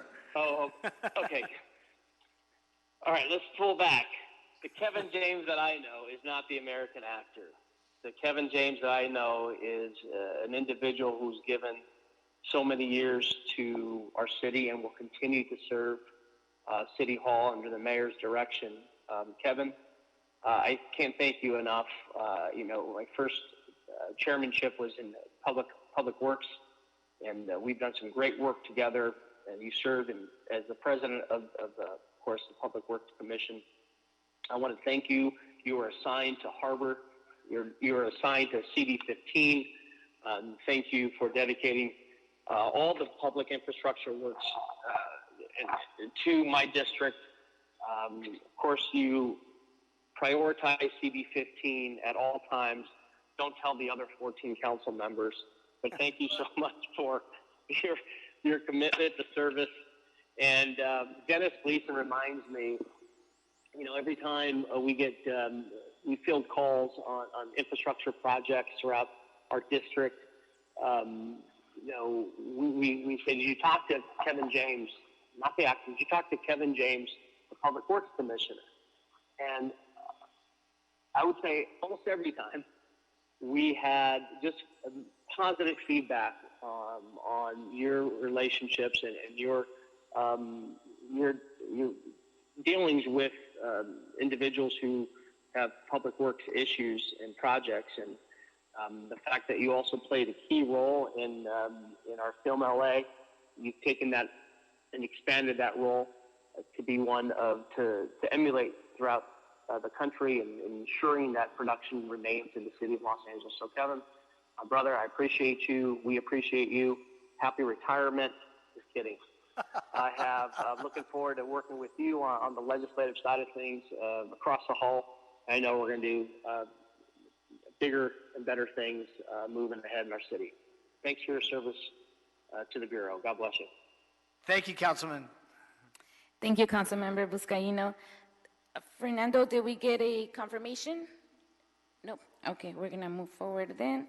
We're moving forward to the mayor's office, and I see our chief of staff, Ana Guerrero, on the queue, ready to go.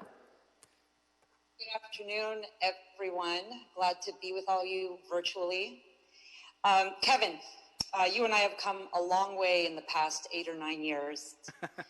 We went from being sworn enemies in 2013 on the campaign trail to you becoming an honorary member of Latinos for Garcetti, to you becoming a trusted colleague, and to you becoming a dear friend.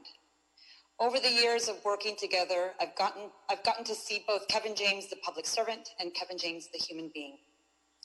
As a public servant, you embody the best of government, Kevin. You focus on delivering results, solving problems, and building coalitions. You are pragmatic and effective, and your record for the past 7 years speaks for itself. As a human being, you embody the values that make you a valued friend: kindness, loyalty, and empathy. We celebrated birthdays, hung out in Palm Springs, and even run the LA Marathon together. I won't remind you that I beat your time by 2 hours. True.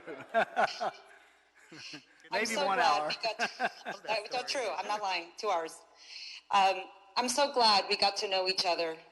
I'm so glad that we got to grow together, to learn together, before the cancel culture dominated our public discourse. Because you and I were never supposed to be personal friends or political allies. If we had met in 2020, we definitely would have canceled each other out. Fortunately, we met long before ideology became so dogmatic. I think we're actually both Generation Xers, if I might correct Councilmember Blumenfeld or Vizcaíno, who called you a boomer. I think you're an Xer. He was born in 63. He's a boomer. Okay, all right. I stand corrected then. Harsh. So fortunately, we met in a time when everyone was more innocent, and two people were able to come together from completely different backgrounds and political philosophies. We were able to embrace the opportunity to get to know each other, to listen to each other's stories, to understand each other's vision, and find our commonality. Kevin, thanks so much for postponing your departure from City Hall to answer my call and come over to the mayor's office. You showed yet again what a loyal, steadfast friend you are. I'm thrilled that you will be coming over here to share your legislating, coalition building, and problem-solving skills. I'm very much looking forward to working with you in this capacity. I'm also looking forward to many more years of friendship beyond my years here at City Hall. You have a lifelong friend in me, and I know that I have a lifelong friend in you. Thank you. Thank you, Anna. Well, thank you, Anna. Next one, Deputy Chief of Staff, Matt Zabel. Hey, Kevin. Hello, everyone. It's great to see you. So I've known Kevin for a very long time, much longer than before when he started as board president.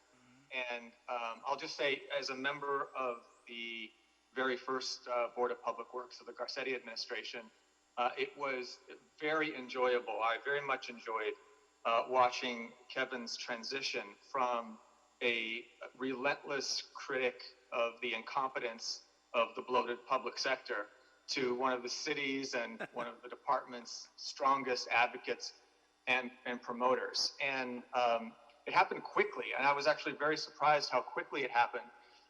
But importantly, not because Kevin, just joined the city and then became a creature of the sprawling bureaucracy. It was because Kevin put in the work and very quickly earned a deep respect and appreciation for the work of our employees and our leadership in the city. And it informed his worldview, and he became, in my view, one of the best, not just one of the best presidents of the Board of Public Works, one of the best presidents of any commission in the Garcetti administration. Kevin, the great thing that he brought to this job and that I appreciated is that although you came in as a critic and became an advocate, you never lost the perspective of that everyday Angelino that's just struggling to get by and just wants their city to work. And that is so important to bring to the citizen oversight that this city is so famous for. Lastly, I just want to say how much I enjoyed working with you, Kevin, as fellow commissioner. As I said, I think that you're an excellent chairperson, one of the best in the city, if not the best. And I look very much forward to working with you when you come back over across the hall in the mayor's office. So again, thank you for our time together, and congratulations. Looking forward to working with you. Thank you, Matt. Thank you, Matt. Thirdly, we're going to go with Deputy Mayor Barbara Romero. Hey, Kevin, I was trying to figure out how to celebrate you and remind you of when we first met, because we actually met the day we went before council. Mm-hmm. And I realized that I didn't know you. I didn't know the guy in that picture. And everything I knew about you, I learned through the press. And I was so excited when I really got to know what you're really made out of.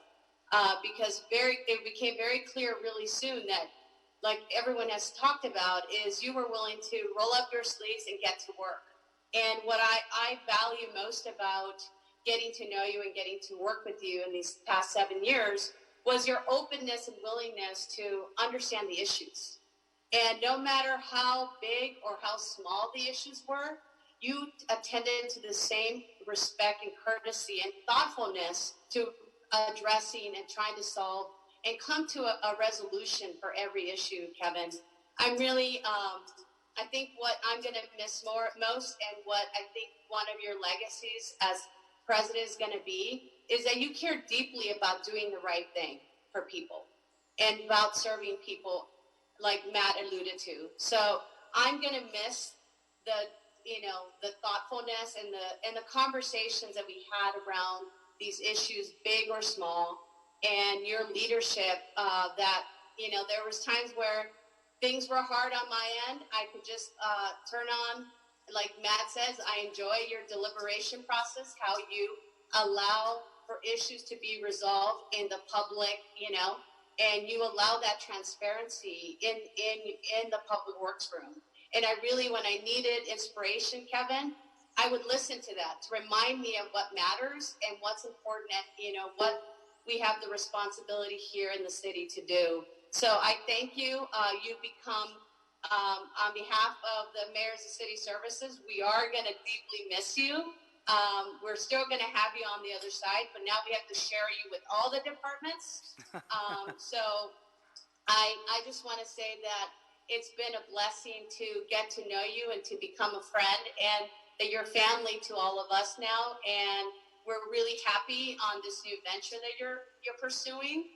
That you, once again, like Anna said, you never said no. You always, as challenging as the requests have been from our office, you were always had a willingness and an attitude to help us and to support not only the mayor, but most importantly, the city and all the bureaus to advance our agenda forward. So thank you very much, and I'm so happy to be able to be here with you to celebrate you, and look forward to continue working with you here at the city. Thanks. Thank you, Barbara. Great picture behind you. Yeah. Thank you, Barbara. Next, we're going to go with Greg Good. President, brother Kevin, congratulations on a truly extraordinary run. A run of well over 1,000 meetings as president of the Board of Public Works. That approximate number, which should probably not surprise anyone, Kevin has reminded me of at least approximately 1,000 plus times as well, led me to a little bit of back of the envelope math. Given that Board of Public Works meets in normal times, like 3 times a week, and that you do all the things I'm about to mention daily, I'm figuring you've busted into my office, often while I'm in a meeting, nearly 2,000 times, simply to steal candy, often saying not a word. You have yammered at least something, and respectfully, Councilmember Blumenfeld, I'm not sure how you missed this over the last 7 years, at least something about the Oklahoma Sooners well over 3,000 times over the years, I mean, including texts and phone calls and voicemails. You've reminded me that your high school, and it does hurt me that a graduate of Garland High School ever got near the presidency of the Board of Public Works, but that you've reminded me that your high school has more state championships than mine. For those who don't know, we went to rival high schools. By the time I was as a young man in high school, his high school was frankly losing on a regular basis. You've eaten lunch at the Justice Tavern, I'm guessing nearly 1,000 times. And you've probably consumed, I'm thinking, between 3,000 and 4,000 Dr. Peppers. And that's just during work hours. And we know all these things because you are such an open book. You are genuine to an extraordinary degree. You are that as a human, and you are that as a leader. As a board president, I mean, I would echo what everyone has said. I genuinely enjoy watching you run meetings. You embody fairness, professionalism, intelligence, respect for everyone in the room, creativity, and I think Commissioner Villegas hit this too, calm. I mean, what has been really impressive in some of the really hot moments in your boardroom, which is when, people are drawn to actually watch because the issues are so crucial, it is in those moments that you have been most calm. And you look down with your glasses and you do your thing, and you always articulate and demonstrate a commitment to the 5,000 plus men and women of Public Works, to all your constituents, as everyone hit on, like you genuinely care about everyone out there who just wants government to work, like Matt said. Your commitment to your colleagues, and ultimately, I mean, your commitment to what's right. I mean, that's what you're looking for at all times. You've set an incredibly high bar for all of your present colleagues, and dare I say it, future board members. You are a model. Period. I'm happy for you, my brother. I'm proud of you. I can't wait to continue fighting with you on myriad fronts. You've set a standard for all of us in leadership in this city. And I'm really happy for you. So congratulations, Kevin. Thank you, Greg. Thank you, Greg. We are going to move to some of our former past commissioners that are here with us today, and we're going to start with Vice President Repenning. Hi, guys. Hi, Heather. Hey, Kevin. Hey, commissioners. I'm just sitting here with my solid waste vehicle. The world has changed so much in these past few months, and this is one change that I'm not quite ready for, but, here we are. Kevin, I first met you in 2013. I was working on the mayor's election, and you were a formidable candidate in the primary. In fact, I had a good friend of mine who, kept telling me, I think I'm going to vote for Kevin James, knowing full well that I was, had spent many years with Garcetti. And so after the primary, when you endorsed, our now mayor, I said, I really want to get to know him. He's smart, he's charming. And so we had a chance to meet and work together.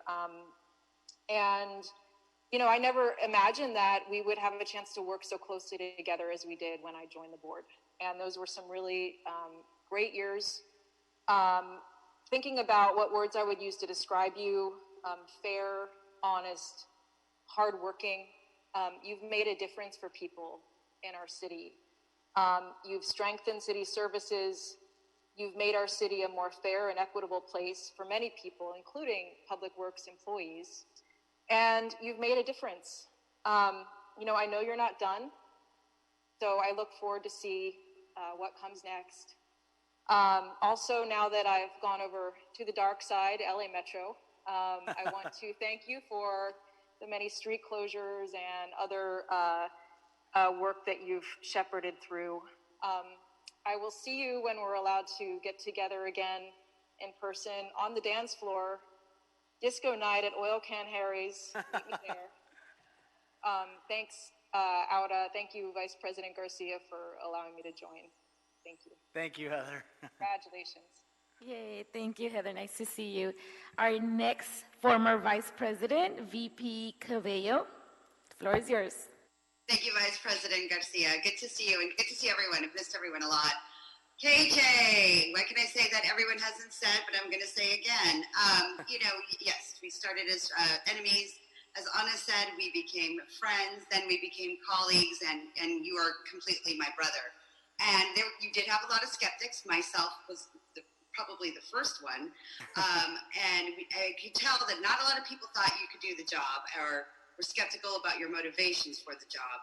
I remember trying to get you confirmed our first day in council after the mayor became the mayor, and not everyone was really happy about that. That was a really tough fight. I wasn't expecting, but I think you've earned the love, respect, and trust of not only the council members but the department staff and the city at large. I think everybody knows how incredible your leadership has been, and you really took the mayor's back to basics agenda and made it real and made it fair and made the city better for everyone. So thank you. I know a lot of folks are sad today to see Kevin go, but I'm happy and excited about your next chapter and the chapter after that, because I will be by your side every step of the way. So thank you for your friendship, your support, your love, your guidance, and let's keep on trucking. Good to see everyone. Thank you, CC. Thank you, Cece. We are not, hang in there. We have more to come, so just hang on. We're going to go now to our very lovely GMs, and we'll start with Adele with Streets LA.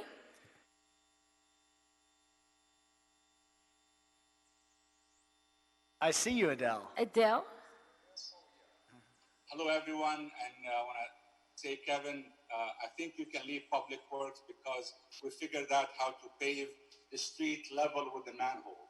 I know you can't do that one for a long time, and finally we figured it out. So I want to thank you for all what you have done for street service. I know most of your years have been being the lead for street services, and you really helped all of us become better and building relationships and partnerships and bringing the best into our services.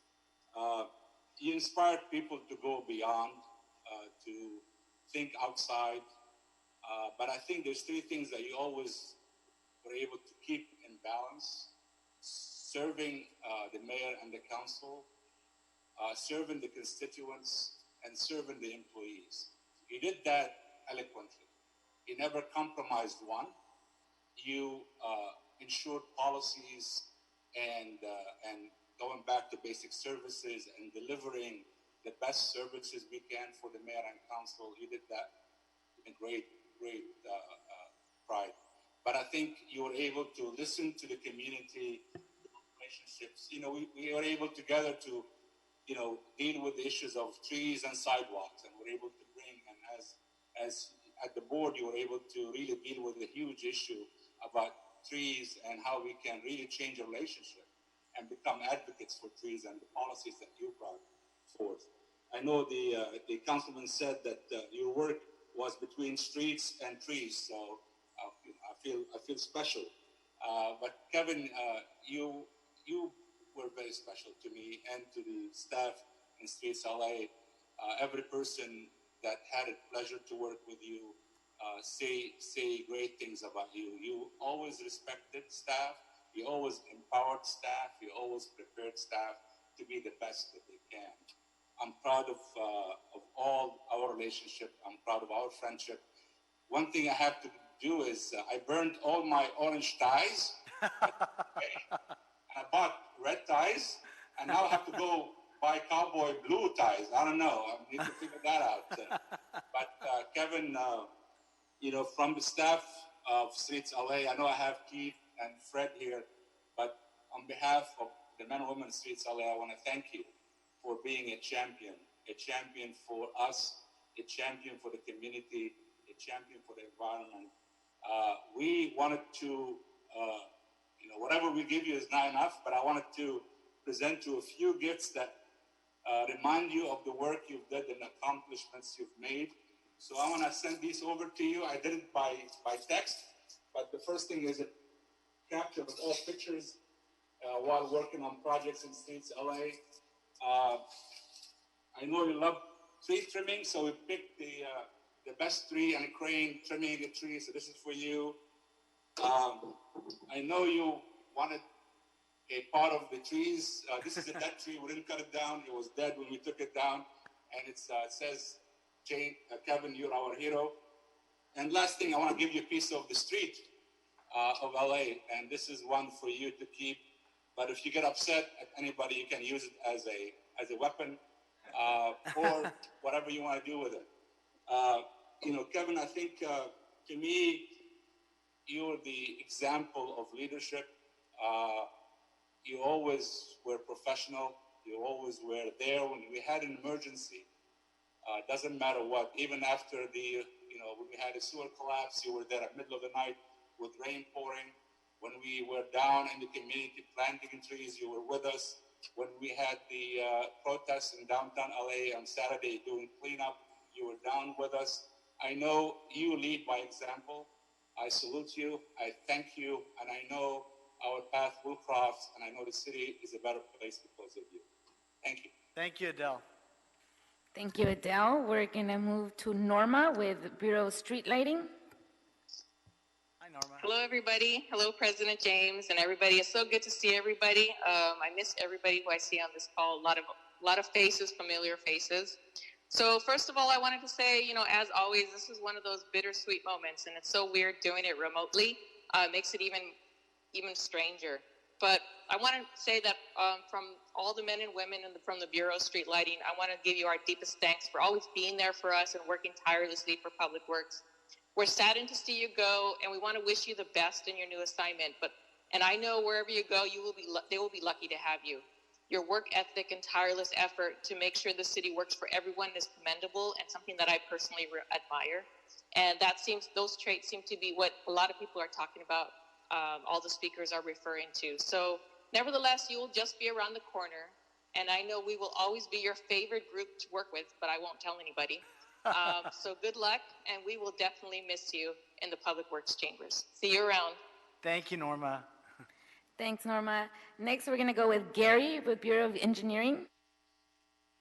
Hello, Commissioner James. Hello, everybody. It's great to be here this afternoon to celebrate you, Commissioner, because you deserve it. I'm wearing my crimson shirt, not a red shirt, but a crimson shirt. I saw that. For those who don't know, is the color of Oklahoma. So made sure of that today to wear in your honor. No blue and gold today. Hey, I'm joined this afternoon with all the men and women in the Bureau of Engineering, but especially from our executive team, Deborah, Ken, Ted, Alfred, Julie, and Mahmood. We got to work with you so closely. And the thing I just want to repeat is your willingness to always listen to both sides and look for the truth is what makes you a great leader. The respect that you showed staff was always appreciated and was sincere and deep. You simply bring out the best in people. And that is a great, great quality. The other couple of things for me personally is you're a champion of diversity. And it's something that it's one of our key values in the Bureau of Engineering, and you are a champion of diversity. And also the time that we spent together, and we've talked about your mom and family. And that meant so much to me, as people said, about you willing to open and let us see who you are. And the trust that you showed me and all of us is something very, very special. In 2013, when you were going all over the city of Los Angeles, you covered a lot on the streets. And so we have a couple gifts for you, but one of them is a brass survey monument, has your name on it, is very nice. And it was alluded to, you are always very concerned about maintenance holes. And I have a recording that I've kept from 2013 that I will not play today, but I know how much you will worry about maintenance holes. So we have printed for you a maintenance hole, but this one's only a 10-inch maintenance hole, and it's 3D printed. And on it, it has City Hall, Watts Towers, Hollywood sign, Greek Theater, Venice Beach, the iconic palm trees. And on it, it says, Board of Public Works President Kevin James, 2013 to 2020, from your friends at the Bureau of Engineering. And so whenever you think of a maintenance hole, I hope you smile and think about this city engineer and the great partnership we have. And I am just so excited to know that you're going to have a great impact on Los Angeles. And we wish you all the best from the women and men in the Bureau. Thank you, Gary. Thank you for the gift. That's awesome. Thank you, Gary. Next, we're going with John Reamer with Bureau of Contract Administration. Commissioner Garcia, thank you very much. To all of the Public Works and City family, it's good to see you. And Kevin, I wish I could be there and give you a big hug. The virtual thing didn't work too well for me, but we're going to do the best we can. On behalf of all the men and women in the Bureau of Contract Administration, we can't say thank you enough. We really can't for all that you have done. And the words spoken already have already said it with respect to who you are and what you've done. I had no idea what to expect when we heard that there would be a brand new Board of Public Works, in the sense that all new commissioners. In my tenure as a general manager and my time in the Bureau, there had always been one or two commissioners that we knew. They knew us. But this is going to be 5 brand new commissioners. I remember when I met you at Trade Technical College. And fortunately for me, you possessed and still do a competence and character that made it so easy to establish a rewarding relationship. I watched you grow and develop as you took the time to listen and learn. You asked questions. You challenged the process. And I sensed that you saw the best answer would be found when we all work together. You therefore led us with words like us and our and we, not I and me and my. And you're into movies, so for those of you who haven't seen the movie, I apologize. It's going to be a spoiler alert. I'm mindful of the movie Searching for Bobby Fischer. Okay, good. I'm glad you've seen it. In the conclusion of the movie, and in this movie, it's about this this young prodigy who is very good in chess. And the movie concludes with the championship chess match. They're both making their moves. And the young prodigy, he's right there at victory. The problem is he can't see it. He cannot see it. And he pauses and he stops. And in the midst of doing this, he's thinking about what his teacher told him. If you can't see it, don't move.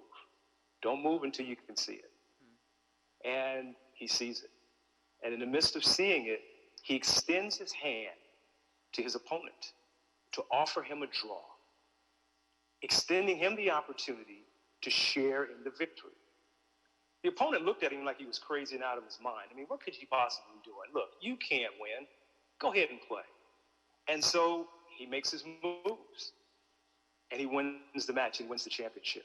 Kevin, you have always made sure you could see it before you made the move. And when you saw it, you made sure that you extended to every person involved an opportunity to win. You gave everyone a chance to win. You did not want there to be any losers. You always saw the us. You always saw the we. It wasn't about you, and it wasn't about me or mine. And for that, everyone had an opportunity to win. Kevin James, I thank you for giving everybody a chance to win. And I have no doubt that in this next chapter of your life, boy, we as a city will win. Look, as uncomfortable as I thought it was going to be, the mayor makes good decisions. So I trusted that he knew what he was doing. Most certainly he did. So I'm trusting he knows what he's doing now as well. So to you, Kevin, and from all of the Bureau of Contract Administration, Chris Smith is on the line, and Linda's on the line, and all of the division managers that are watching. We send you our best. God bless you, and the best to you and all that comes next. Thank you, John. Thank you, John. Next, we're going to go with Enrique with LA San. Did we lose Enrique? Enrique, you're on mute. There you go. Thank you, Commissioner Garcia, Commissioner James, all commissioners. Truly a momentous occasion here today. The Kevin James era has been concretized, you know, in Board of Public Works pedigree. Being a commissioner is tough enough. Being president of the commission, my goodness. So it's an era that began 7 years ago, but it doesn't become era by name until you earn it, until you build it. And Kevin, you have done that. We, in this entire family, and certainly in LA San, will always think of the Kevin James era. It's an era that doesn't end. It remains in the legacy and in the pedigree of this wonderful agency that is the Board of Public Works. You know, your approachability, Kevin, is one of your signature traits. I personally enjoyed that, as I know did my staff. And you know, yes, you make us all feel like we're your friends, like you are our friend. And that's because you are. You know, whether it was any one of my staff members, regardless of the level, your respect and how you address the staff, your openness, your many of the speakers have alluded to your commitment to open deliberations, your process for decision making. Those are all part of your legacy. And it's something that is infiltrated into every one of us that get to work with you. I will always be thankful for your incredible doggedness in the worst of the recycla challenges. It's not just me, it's so many of us who are very thankful for your leadership through the most difficult of times, through that incredible, sizable, transformational project that was. That also is part of your legacy, something that will stay on forever in the context of this great agency. So we know that we will still get to benefit from your leadership, but the Kevin James era has been concretized. Thank you, Kevin. There are many other folks from LA San on the call. On behalf of all 3,500 of us, thank you, and we love you. Thank you, Enrique. Thanks, Enrique. Now we're going to go to our guests that are on the call.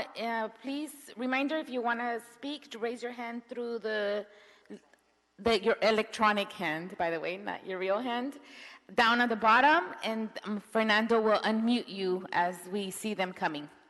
And those of you that are dialing in by phone or by smart device, tablet, you can do so also by pressing star 9, star 9. If anyone would like to make any comments. We can start, if anything, with Elena. I know Elena wanted to say something. Elena, are you ready? I'm here. I want to say something just so simple and direct to you, Kevin. You rock. Thank you, Elena. That's it. And you're a candy grubbing guy, but you know what? We still love you. I'll be visiting your mezzanine from my mezzanine very soon. Next we have Erica Blyther. Erica? Thank you. Hello. Thank you for all of your coordination, Commissioner Garcia. President James, thank you so much for all that you do.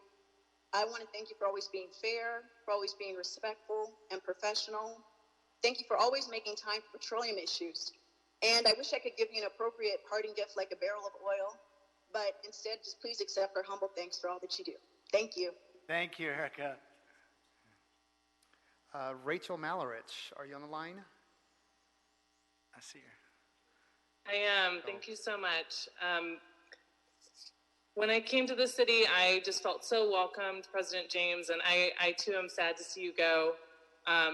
But the opportunity I've had to learn watching you as you facilitate these meetings, again, it's been said eloquently by so many others today, but so grateful, again, at your ability to listen to all sides and provide that real steadiness of having people feel heard, having staff feel respected. It's just been wonderful for me to watch as I move into the world of public service. So thank you so much and best of luck. Thank you, Rachel. Ted Allen. Ted Allen? Unmute yourself, Ted. Unmute yourself. Oh, sorry. Thank you. Sorry, I thought you were unmuting. My bad.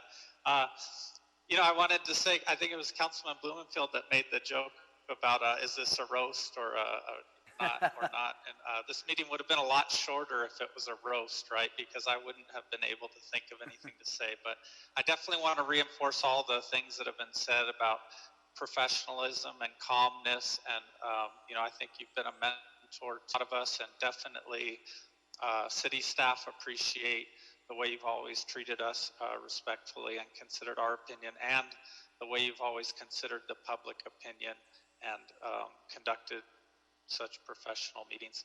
And Gary pointed out his shirt color, and he held up the maintenance hole, but Gary didn't point out the color of the maintenance hole. But you might notice they were the same. The initial draft that someone printed, we're like, wait, we can't go with that color. So when you can, and you'll actually be able to read it, but it's pretty nice. But I just want to thank you for all the time that you've supported us and supported the public. Thank you, Ted. And I noticed the color of that maintenance hole in 1 second. Next, we have Eva Batar. Eva, are you on the line?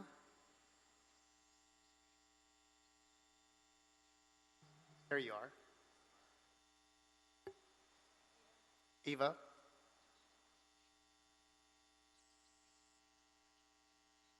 Okay.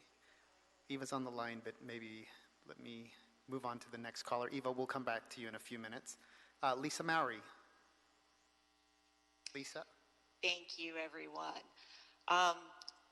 I was not at all happy to hear about Commissioner James coming to the board, because at that point, the only point of reference I had for him was he was the person who had been asking the really tough questions about the finances of the city that had stopped me from issuing bonds for the wastewater program and had me losing sleep about whether we were going to have to stop construction on our projects. But after that initial impression, it didn't take me long at all to be wowed by just how awesomely you've done your job. We've walked some pretty dark roads together on some of the projects over the years, and it's amazing how city staff can believe that they can do anything when they know that the board has got their back, in a very, not a rubber stamp kind of a way, in a way that challenges us to always do better and do better for our constituents, but knowing that we always had your support, and that's so incredibly valuable to us. So thank you very much, and look forward to continuing to work with you in the future. Thank you, Lisa. Let's try again. Eva Batar. Eva, were you able to get your microphone working? Eva? No. Ted Jordan. Kevin, I really don't know if I can really add to what others have said. I was here when you started, 5 new commissioners, like John mentioned. It was a little frightening, but you immediately put my mind at ease, both with the questions you would ask, the willingness to have us and the staff let you know what the issues were, to think and to see the solution before you moved. I've been with the board and had the pleasure of attending a number of meetings like this, and there's always a theme that comes out. And with yours, I don't think there's any question that the theme is leadership. In your time here, I don't think it could be said that a member of the public or a stakeholder or a contractor or someone that wanted a contract, that their voice was not heard. That they would come to the board and you would give everybody a chance. The Board of Public Works is the only full-time commission in the city. I think the framers had someone of your temperament in mind when they created the board. Kevin, as a lawyer, I hope you'll appreciate the reference I want to make with the analogy. If the Board of Public Works were the Supreme Court, you, of course, would be our Chief Justice, and yours would be the Warren Court, a court that changed the landscape in the United States for the better. And you've done the same here in the Public Works Department. So I think I speak for everyone in my office, and just we congratulate you. It's been a pleasure working with you, and we look forward to you're moving over across the hall and being able to help you in your next role in the mayor's office. Thank you. Thank you, Ted. All right, I think we resolved the microphone for Eva. Eva, can you hear us? Can you hear me? Yes, we can. Yay. Oh, Eva. great. Hey, Kevin, my film buddy. We have a unique job that everybody thought that we're in the glamorous business of showbiz.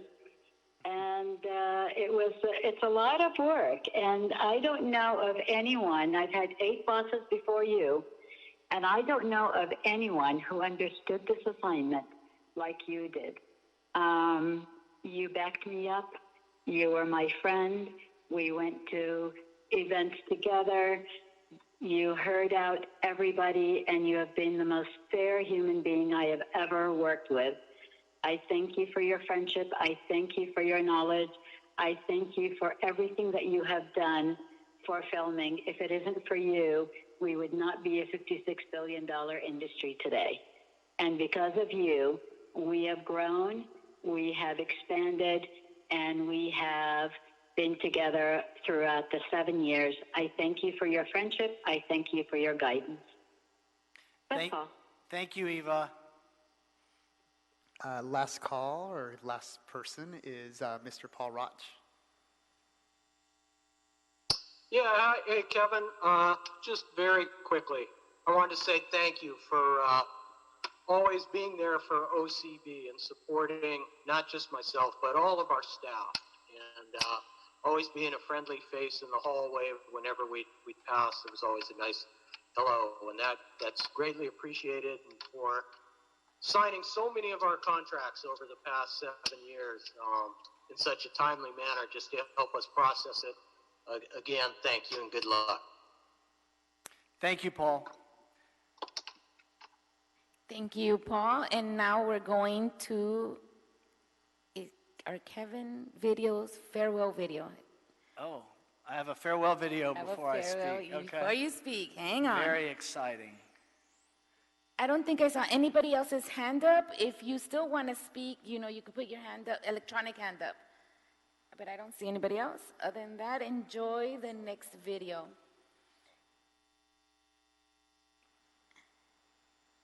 Can they hear it? Stop it. Stop it.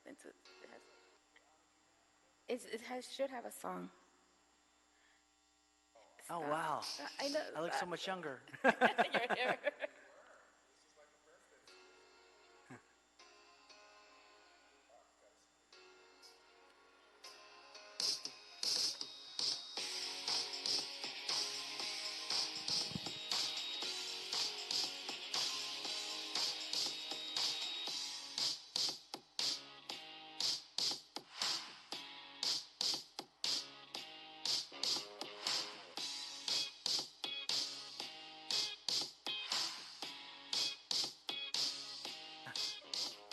Your hair has changed. At the asphalt plant.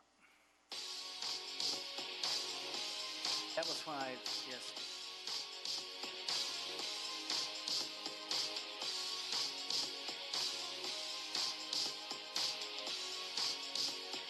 Yeah.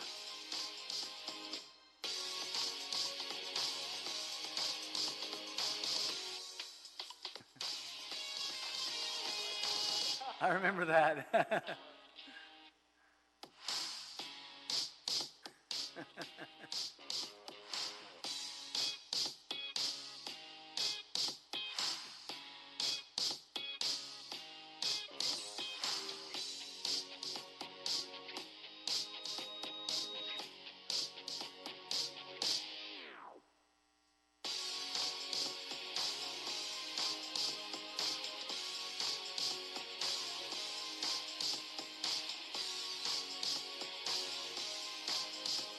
That was a cute birthday.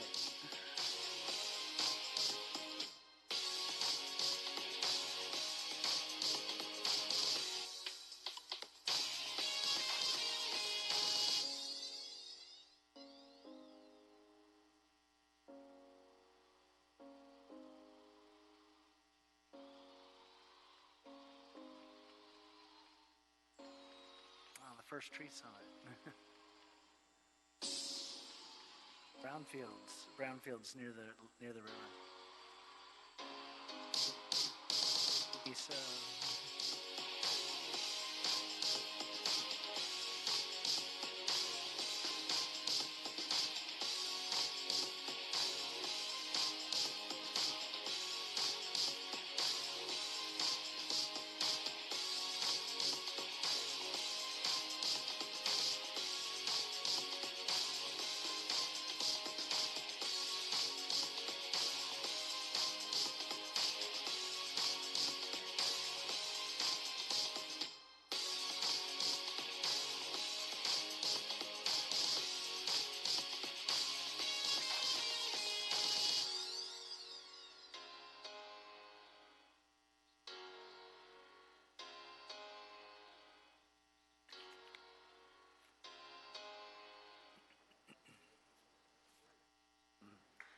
Thank you. That was amazing. Thank you, Commissioner Garcia. And the floor is back to you, Mr. James. Well, thank you. Thank you all for taking time out of your busy day this afternoon. And in true Board of Public Works fashion, I will say, it is exactly 4 o'clock. So Commissioner Garcia and Fernando and Dr. Davis and our colleagues, Commissioner Caloza, Commissioner Villegas, thank you for the meeting today, and thank you all for participating. And I thought maybe I would take 5 minutes at the end and be done by 4, but it's 4 o'clock now, so I'll take just a few minutes because I do want to say a few things, mostly thank yous. And first of all, thank you for the kind words today and about our amazing experience working together, and the trophies and the gifts and the candy and things that I received from you today will be in my office for the rest of my professional career. Indeed, for the rest of my life. This has been the job of my professional career. I've got some of you that have been in my office. There's a picture of my grandfather that hangs behind me that's been behind me since the very first day I started in a job. It was from 1971. I remember being a little boy when he was going from one job to the other, moving to Washington, D.C. And I've always had it behind me just because it reminds me of him and the value of hard work. Greg said something earlier on the number of meetings. I think, as close as I can get, this is meeting 1,041. And Fernando reminded me that means roughly 9,000 items that I've been able to vote on. And one of the things I want to say really to all of you, and then I'm going to go through some names, but thank you for the opportunity. This job was an opportunity for me, and I want to thank the city, not just you, the people that voted in the 2013 mayor's race, no matter who you voted for. That race ended up with my ability to be in this job that I've loved so much. I do want to start by going through some folks that I need to say thank you to, just for a few reasons that I'll share. And obviously I start with Mayor Eric Garcetti, and I could spend so much time on the reasons to thank Mayor Garcetti, but I do want to thank him for taking a risk with me. I recognize that coming off of that campaign in 2013, it was indeed a risk, and I want to thank him for believing in me and seeing something in me that I didn't necessarily see in myself at the time. And you know, when I first was offered this job, I wasn't sure it was the right job for me, and Mayor Garcetti convinced me that it was. And there were a couple of other people that I'll get to in a minute that I want to mention that were in that discussion, that early discussion. Rich Llewellyn, our city administrative officer now, and Jeff Millman, who works in the mayor's office, in those early days of the discussion, along with another person that I want to thank for her belief in me, and that's our First Lady, Amy Elaine Wakeland.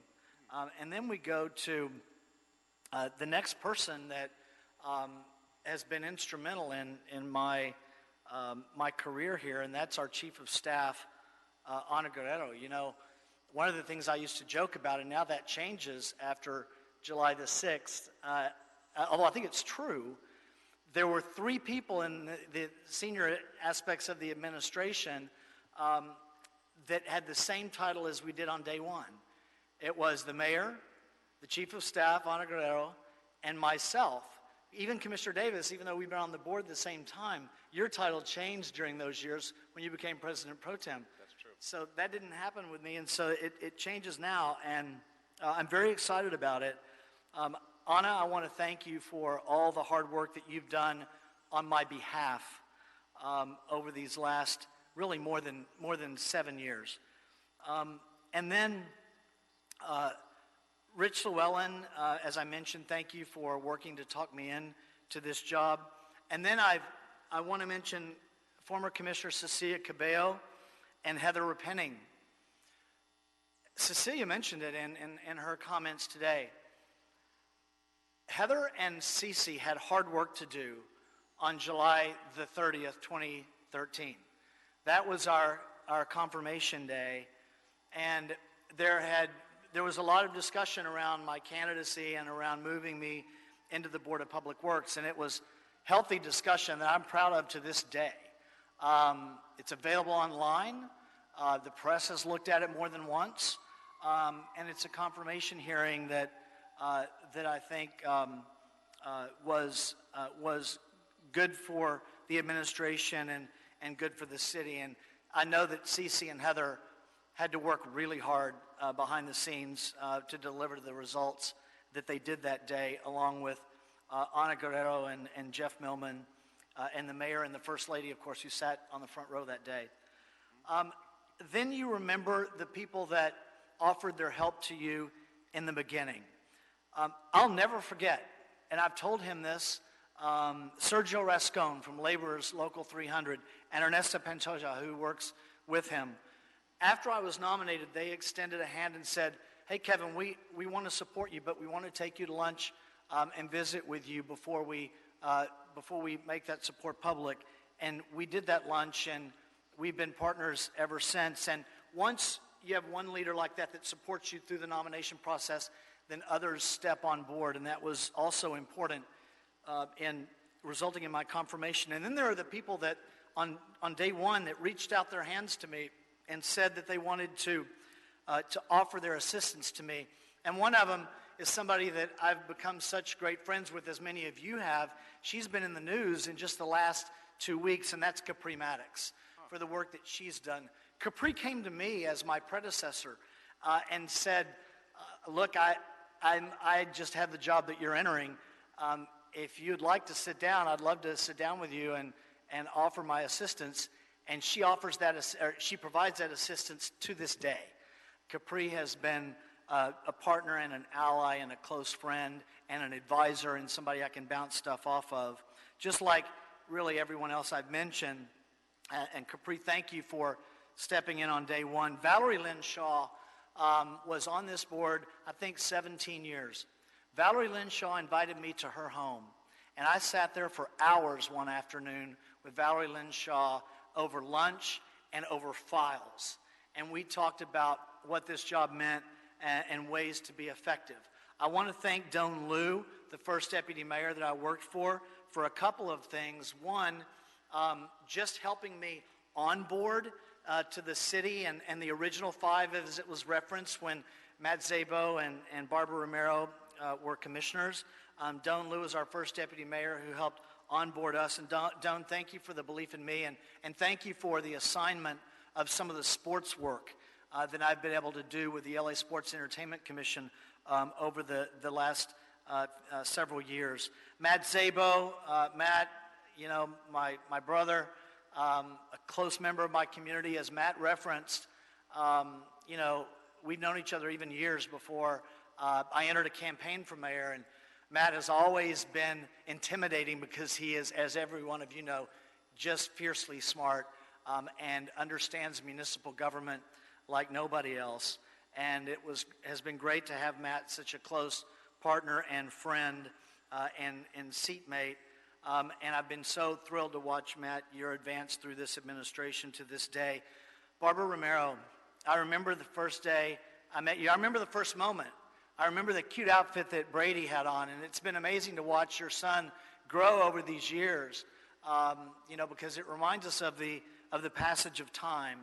And, Barbara, our friendship and your experience in government has been such a value for me and has taught me the ways of public works, because you're such an expert in this arena, and it's been such a pleasure and a privilege every day to have you as the deputy mayor that I've been able to report to for the last several years. Greg Good. Greg is, everyone knows, Greg's one of my closest friends in City Hall. We spar a lot and have a lot of fun doing it. And Greg, congratulations on being my replacement here at the Board of Public Works. Good luck to you. You'll do an amazing job here, and you know that one of the things I'm so thrilled about being able to have this next exciting opportunity is that I'm not leaving the building right away, and it really does allow for, I think, what can be an exciting transition. And Greg, your organizing skills and the respect that I've seen you have from labor and your expertise on labor issues has been very helpful to me. I want to thank you for that.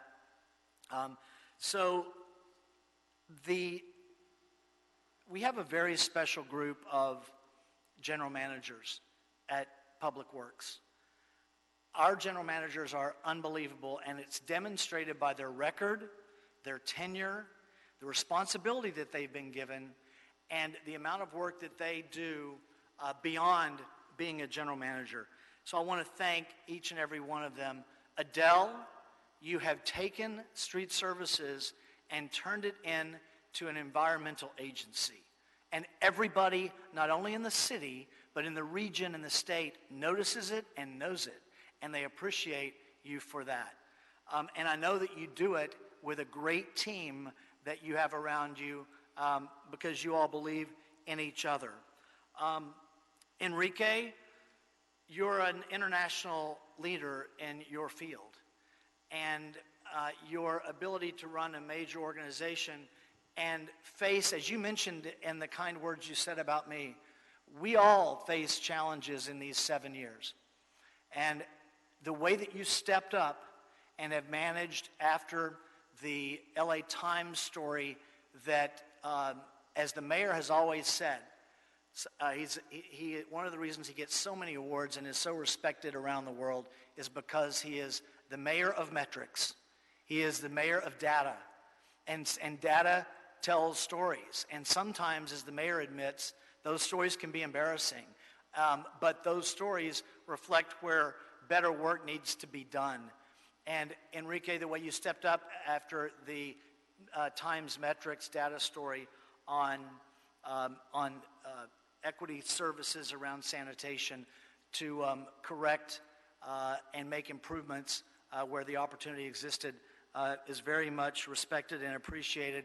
In addition to the work that sanitation, LA San, I hope you're all listening, because this is something that all the bureaus have done, but stepping up regarding our homelessness crisis and doing a job description that your teams have done that they didn't necessarily enter their respective bureaus to do. I want to thank you for that, and thank you for what you've done with the CARES teams and just built a great bench. Gary Lee Moore, you are the city engineer, as you referenced, that as a candidate, I was not fair to you. I didn't know you, but I would say that I'm going to find a city engineer that knows how to make a maintenance hole cover level with the street. And I would say that because it was a laugh line that I would get to talk about roads that we needed to improve the pavement condition index of. And my friend at the time, we were becoming friends, my colleague, then Council President Eric Garcetti, to help me out would say, hey, Kevin, you know that it's not really the city engineer that does those things, and but which I appreciated, but it didn't work with my laugh line in the debates if I changed it. So Gary, you had to be the victim unfairly, and I apologize for that. But because of that, when I met you and you were instantly over that, if it ever bothered you at all, I don't know that it ever did, but you have demonstrated your value to the city in so many ways. And one of the things that you mentioned, you're an example, as John Reamer is, of all of you, when the mayor and our administration has had challenges that we need to face departmentally in other departments, they come to you all. They come to you all because you had that skill set, you had that leadership, and you had the ability to work outside of the comfort zone that has existed for you all because you're experts in your field. I want to thank you for that. Norma, you know, when I first met you, Ed was the superstar general manager at Street Lighting, and I met you, and I instantly thought, who's that? Because I knew that as Ed made very clear to us, you were the real muscle and brains behind what was being done at Street Lighting. And I'm telling you this because it's something that Mr. Ibrahimian reminded us and helped allow you to demonstrate to us, and the team that you've built at Street Lighting and what you've all done with technology really makes us all look good. Let me take one moment. I've got to say a few words about my my colleagues on this current board, and I'm going to start with Commissioner Davis. You know, Mike's been my seatmate now for 7 years. We've sat next to each other, not just here at the Board of Public Works, but in our offices after hours. And Mike and I have talked about everything, I think, in life, pretty much. And you know, Mike, I want to thank you for the instruction that you've given me over the years on the dissertation, frankly, that you did write based on diversity, inclusion, and belonging in the city of Los Angeles. And I can only say, in these very challenging times that we've had, you must recognize how important the work that you have done in that area has been. And I mentioned to you earlier today in your office how important I thought you were and the work that you've done is at this time today. And I want to say thank you, and it's something I'll always remember and have always learned from. And along those lines, I wanted to say something regarding John Reamer. John, a moment ago, when I was talking about the general managers that have been tapped to work outside of their departments, you're one of those examples as well with the work that you did at EWDD. The leadership that you've demonstrated as the superstar general manager at Contract Administration is something that is recognized around the region. Whenever I speak to any labor leader on any issue that relates to the work that we're doing, whether it's project labor agreement or it's an issue regarding workers' rights, it's an issue regarding wages, something related to the state legislature on wages, if I tell them that John Reamer is comfortable with this, then they are too. Most recently, in connection with COVID crisis, we had a real challenge on what we're going to do with keeping construction going. And at first, there was some pushback, not just across the region, but across the state. And the mayor's office made the decision to allow us to continue operating, allow our construction crews to continue operating, even with some pushback and concerns from other cities. John Reamer educated us on the fact that issues will come up, and we brought them issues regarding sometimes having to make an exception or two regarding a crew on special work that had to be done. And whenever on the instances that those occurred on a couple of really big projects, once they learned that John Reamer had approved it, nothing else had to be said. And that's because of the years, John, that you have put in to being an expert at your job. And there are a couple of other things that I wanted to say about John, and I was going to save him till last, and then just thought that now is a better time to do this. But John, in some ways, John is the pastor that I go to sometimes when I need some religion, and I do. I go to John's church. As a matter of fact, last time I talked to him on the phone, I said, I asked him, when are you going to have services in person again? Because I need to come back to church. And if you haven't been to Pastor John's church, I would recommend that you go. It's something that I will continue to do. And then there's something else, and I know I'm not going to try and create mystery or anything, but John Reamer, and he knows what this is, John Reamer and Capri Maddox stepped up and agreed to do something for me that I can never tell anybody what it was. They know what it was, but it was in the middle of my career in public works. And I went to them for their assistance, and they didn't hesitate and said yes automatically.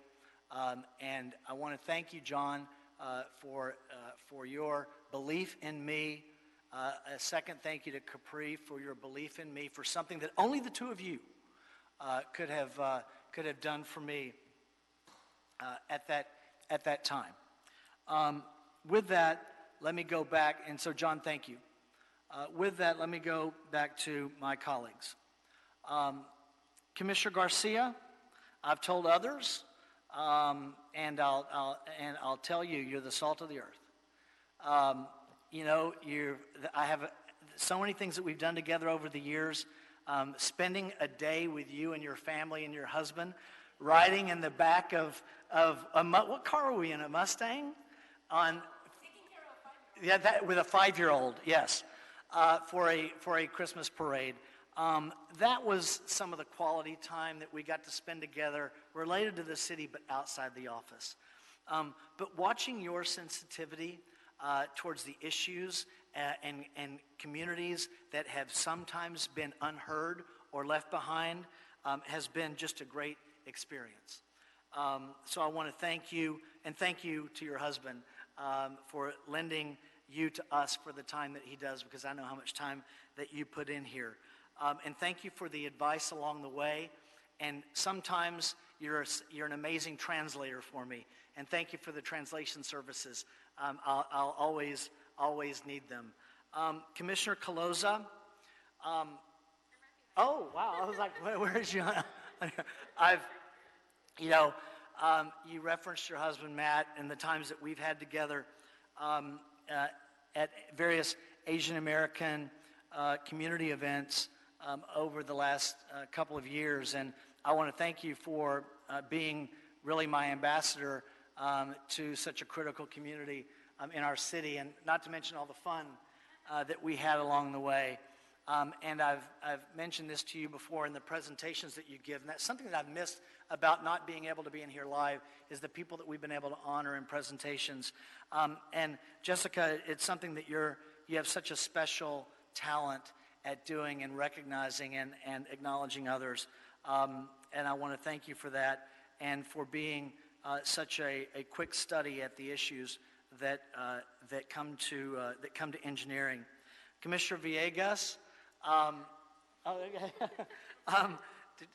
Teresa, you know, I was so relieved when we have a vacancy, and everyone that I talked to that knew you had worked with you and only had great things to say, that instilled such a sense of comfort for a person sitting in this chair, and you have lived up to it. Your expertise on water issues, your just government experience with a collaborator of ours that's so important with the county, and having worked for an elected is so valuable to the board. And I just want to thank you not only for your expertise and for your service, but for your friendship. This board is a special board. It was, you know, we've all been very special in unique ways, but the original 5, 2 subsequent boards that contained Commissioner Cabello and Commissioner Penning and this board, so special. I've got a few council members that I want to thank because of, and I'll tell you briefly on each of them. Council President Emeritus Herb Wesson, because of the way that you manage the council agenda and working with us in Public Works and your leadership at moving the council agenda, I want to thank you, and thank you for your patience with me in the early days. You were the council president when I started, and I learned a great deal from you, and I want to thank you for your friendship and counsel along the way. Bob Blumenfield, as former Public Works Committee Chair, thank you, sir, for your support and for your sense of humor and all these challenging issues that we approach together. You've been a great chair of Public Works, and I look forward to continuing with you in that role. And Councilman Buscaino, that was, again, thank you for the early support. One of my early supporters when I was going through the confirmation process, very helpful to me in our first Public Works chair that helped train me in the job. Councilman Cedillo, one of the things I have to say is thank you to you for giving me the chance in 2013 to work with you when you had some pressure from outside voices to take a pass on me. You didn't. You thought you would give me a chance, and you told me, I remember our conversation very vividly, I can still picture it. You told me about the opportunity that we had to work together, and that you were, if I did not succeed, that I was going to hear from you. Because I never heard from you on that issue, I feel like our partnership has been strong. I want to thank you. And I also want to thank Council President Nuri Martinez, not the least of which we're going to be working together significantly in my next step as Chief of Legislative Affairs. It's such an honor to have you as the Council President. You're a historic figure in our city, and you have been just a light for me in working with the City Council over the last few years through mutual friends of ours that really helped us grow a healthy working relationship, and I look forward to that as your friend as well. Councilwoman Monica Rodriguez, I'm still very proud of the fact that you went from the Vice President of the Board of Public Works to your leadership role on the Los Angeles City Council.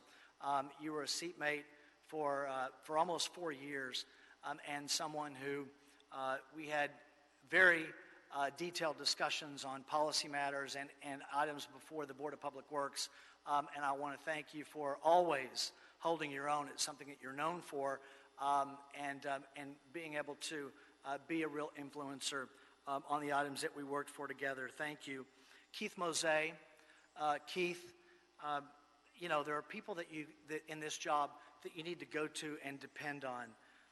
And I want to thank you for always being there for me through 2 general managers at Streets LA. Keith, your leadership and your knowledge of your agency and your expertise is second to none. And I want to thank you for your friendship and for your guidance along the way and your work at Streets LA.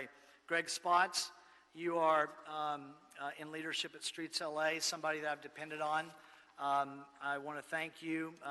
You demonstrated your expertise just in today's meeting as well in putting context in the work that we're doing. And I credit you along with your partners in moving Streets LA into an environmental agency. Ted Allen, the person that we're giving the Swiss Army Knife Award to, that we haven't been able to issue the trophy to you because we haven't, it's not a secret though, because we haven't been able to have a meeting here in Public Works with people from the bureaus and people from the public. But I will be here, Ted, when they award that to you in the coming weeks or months. But the reason that you got the Swiss Army Knife Award is because you can solve every kind of problem that comes up. And you think creatively and you respond in rapid fire. You always respond quickly. I don't know how you do it. I don't know, because I know I'm not the only commissioner that has questions for you. I know you have a significant workload from the leadership that you share at BOE and the direction that you have under Gary Lee Moore. And Hannah Choi, also at BCA. Hannah, you're this smile that comes in even on the phone. You're amazing with the work that you do. You've been so patient with me and helping me with Con Ed issues. And Linda McGlinchey, an awardee of the President's Award because of the way that she can comfortably answer rapid-fire questions coming from 2 or 3 different sides of an issue on some of the largest, most complicated contract awards that we had to issue. Eva Bitar, thank you for the work that you've done and your dedication to the film industry for over 15 years, and then for our last 6 years together in this job. You know the film permitting and the film on-location environment like nobody in the region. Thank you for your work. People at our contractors, Paul Audley and Donna Washington, thank you for all of your work around the clock. It's late night calls, sometimes early morning calls, and sometimes we have frustrated neighbors, or we have productions that have spent hundreds of thousands of dollars and they're not yet there to a film permit. You have always been able to manage those difficulties. Ken Ziffrin, who is the dean of the entertainment industry. It has been such a privilege for me to be able to work with you, to report to you as the mayor's senior advisor for film and television.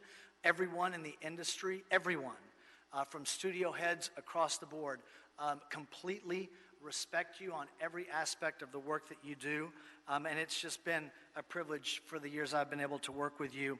I look forward to continuing that. Kathy Garmazy and your great work for the IA and for the DGA over the last several years, and your leadership in shepherding the film tax credit and extension has been remarkable. Thank you.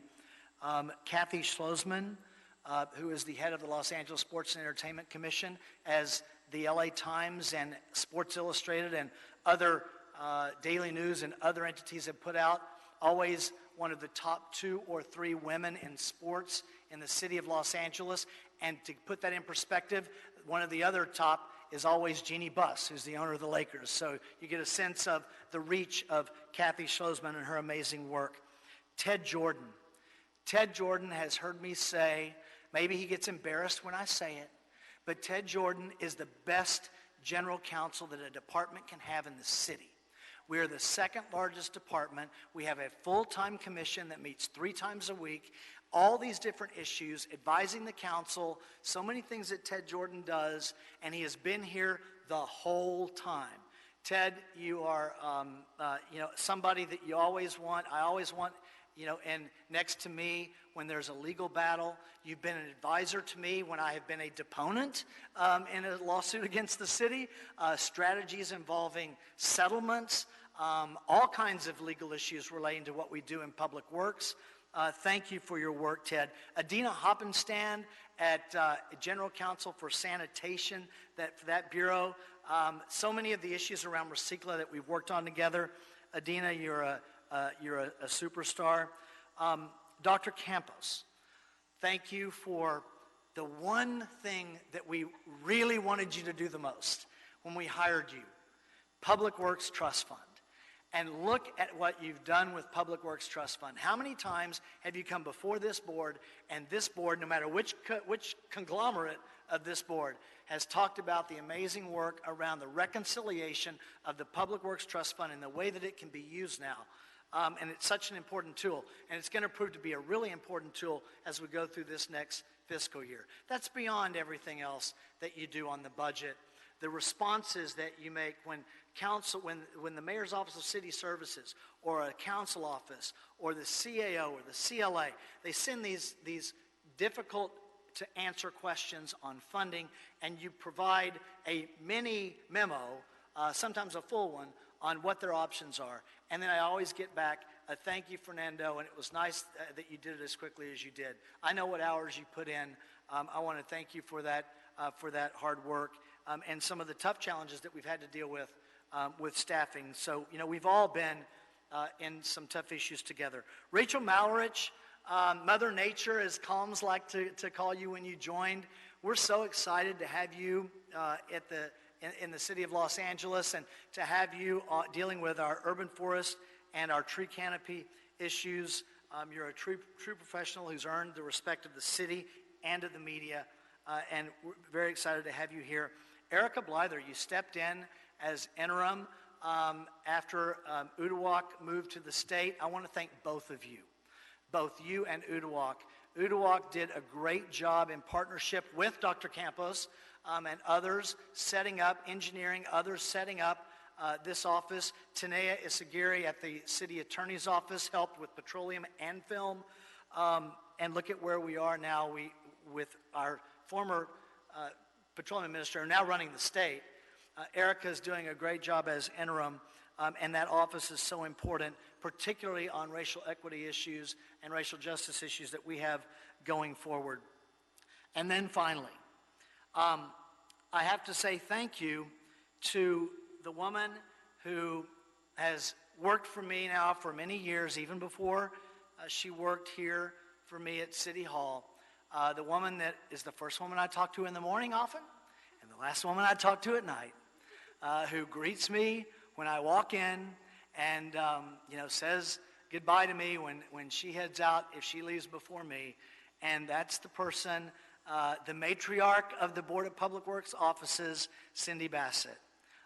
Cindy, I have to say thank you, and then I've got a couple of items that I want to mention. So I know I said I was going to be brief. I sound like Greg Good saying I'm going to be brief, and then I go 10 more minutes. Because I just saw somebody else that I need to thank because she's been in the trenches with me. I'll get there in a minute.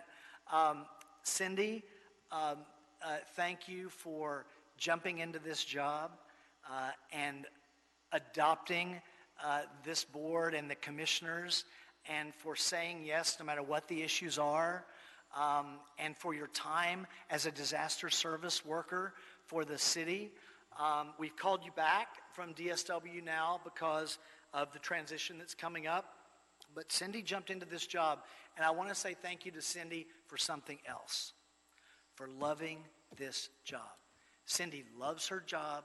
She loves us, and you can see it and feel it in working with her every single day in the tough job that she's had running the board office with everybody else. I want to say thank you to Elena Stern. Elena, a number of you, I've been able to be the person involved in hiring you when you stay here 7 years. And that's one of the greatest thrills I have, is that I was involved in hiring a number of you. And Elena, the way that you handled so many of the tough challenges that we've had with the press, it's why we hired you. You're a pro. You're really good at it. You've been good at it. You've worked at this for a number of years. You have earned your position in this city, and the press respects you. They appreciate the relationship they have with you. And what I love is that when it's necessary, you will step in and push back and tell them what it ought to be. And I want to thank you for that. Just a couple of items that I'm so excited that we've been able to do. Colleagues, we are I can't believe I've spoken for this long. We are a very privileged commission. Privileged because we get to meet 3 days a week. Privileged because we get to be full-time city employees that are here all the time and can work on our issues and the issues of this department 5, 6, 7 days a week. Privileged because our agenda is set up and the board secretariat does such a great job that we can call every single item and have those items heard. Not everybody, the city council doesn't have the luxury of that. Other city commissions that meet every 2 weeks don't have the luxury of that. And that makes us a very unique governmental entity, not only in the city, but in the United States. And it has not gone unnoticed in numerous reports that have been written about city governance and municipal governance around the country. And this board has really taken advantage of that. We have been a deliberative body. We have been served as a quasi-judicial body. We have served as mediators, and we have had an extreme, I bet we have better than 90% success rate when it comes to being mediators and alternative dispute resolution experts. If you look at all of the potential lawsuits that we avoided, CEQA lawsuits, because we were able to get parties together, how many times did we have tree removals versus development where we sent them back sometimes 10 different times on items that were continued only to end up with a resolution? And no one I ever heard felt browbeaten by us. So that is one of the most proud things I am of this body and of our time here. All the trees that we saved, constituents that felt heard, the big projects that came through here, the digester gas utilization project and the work that we did with the original 5, the 6th Street Bridge, Recicla, and it's something that Enrique Zaldivar talked about a moment ago. Recicla, the challenges that we faced in that first year of the rollout, and we predicted that other cities would come to us within 1 year asking us how we did it, and they did. That kind of work that we were able to do. The project labor agreements, our ability to lead with labor, our labor relations that have so much improved over the last 7 years at the Board of Public Works. And the last 2, technology and diversity and inclusion. And I'm going to start with technology on the last 2. Technology has changed the way that we deliver city services. Look at what we're able to do through the COVID crisis with the technology that we're using today. This board missed 1 meeting. We missed 1 meeting. We had 1 week where we didn't have a meeting throughout this entire COVID crisis. And that's a credit to Mayor Garcetti, to Ana Guerrero, to Barbara Romero and City Services, to our board secretariat, to ITA, and all the other partners that we've worked with. And finally, Commissioner Davis, I am going to close with what I think is certainly our most proud challenge. It's an area where we still have the farthest to go, but something that we operated in the world, and I will always be able to say after the November election, that we operated in a world of Prop 209. Our hands were restricted on what we could do. And Prop 209 and its repeal will change our world on what we're able to do. It changes the field, the playing field, on what we're able to do with public works and contracting, inclusion, diversity, and belonging. But what I'm so proud about the work that we did do, and John Reamer, I hope you're still on the call, because John Reamer, you are the general in this battalion of folks that have worked on these issues, on providing opportunity and contracting fairness across the city beyond the restriction of Prop 209. And so, and with the ad hoc committee that was chaired by yourself and then Commissioner Repenning, and now with Commissioner Garcia. But those, when you take that bull by the horns and have to deal with state law that people throw in your face, not because they want to, but because it's the law, and you have to try and work around that and not get sued. It is challenging work that we set the standard for. And Mr. Reamer and I were just on a call regarding kind of what that looks like going forward. And we weren't even assuming, as John knows, that Prop 209 was going to be repealed. So it is a game changer for us. I hope for the future board that you get to sit when you're able to operate in a different world than what we've been able to operate in. But that said, I'm very proud of the work that we did operate in. So with that, folks, thank you let me just say thank you for the opportunity. I'm going to miss you. I'm very glad I'm not leaving the building yet. I'm excited about this next chapter, however long it is, to be Chief of Legislative Affairs. I think it's an important time to do so, and I'm grateful to the mayor and to Ana Guerrero for giving me that opportunity. But let me just close saying this. Many of you know it. If you don't know it, I want you to know it. I'm a single guy with no kids, and I moved here from another part of the country. So for the last 7 years, you've been my family, and it's meant the world to me, and it will continue to do so, and I hope that and believe it will continue to be that way. And thank you all for your friendship, support, and most importantly along the way, laughter, sometimes at ourselves. One more thing. If you can unmute yourself, and we'll start our standing ovation. Where I know you're going to look weird, but wherever you're at, get up and clap for our president. I wish we could have had a full house.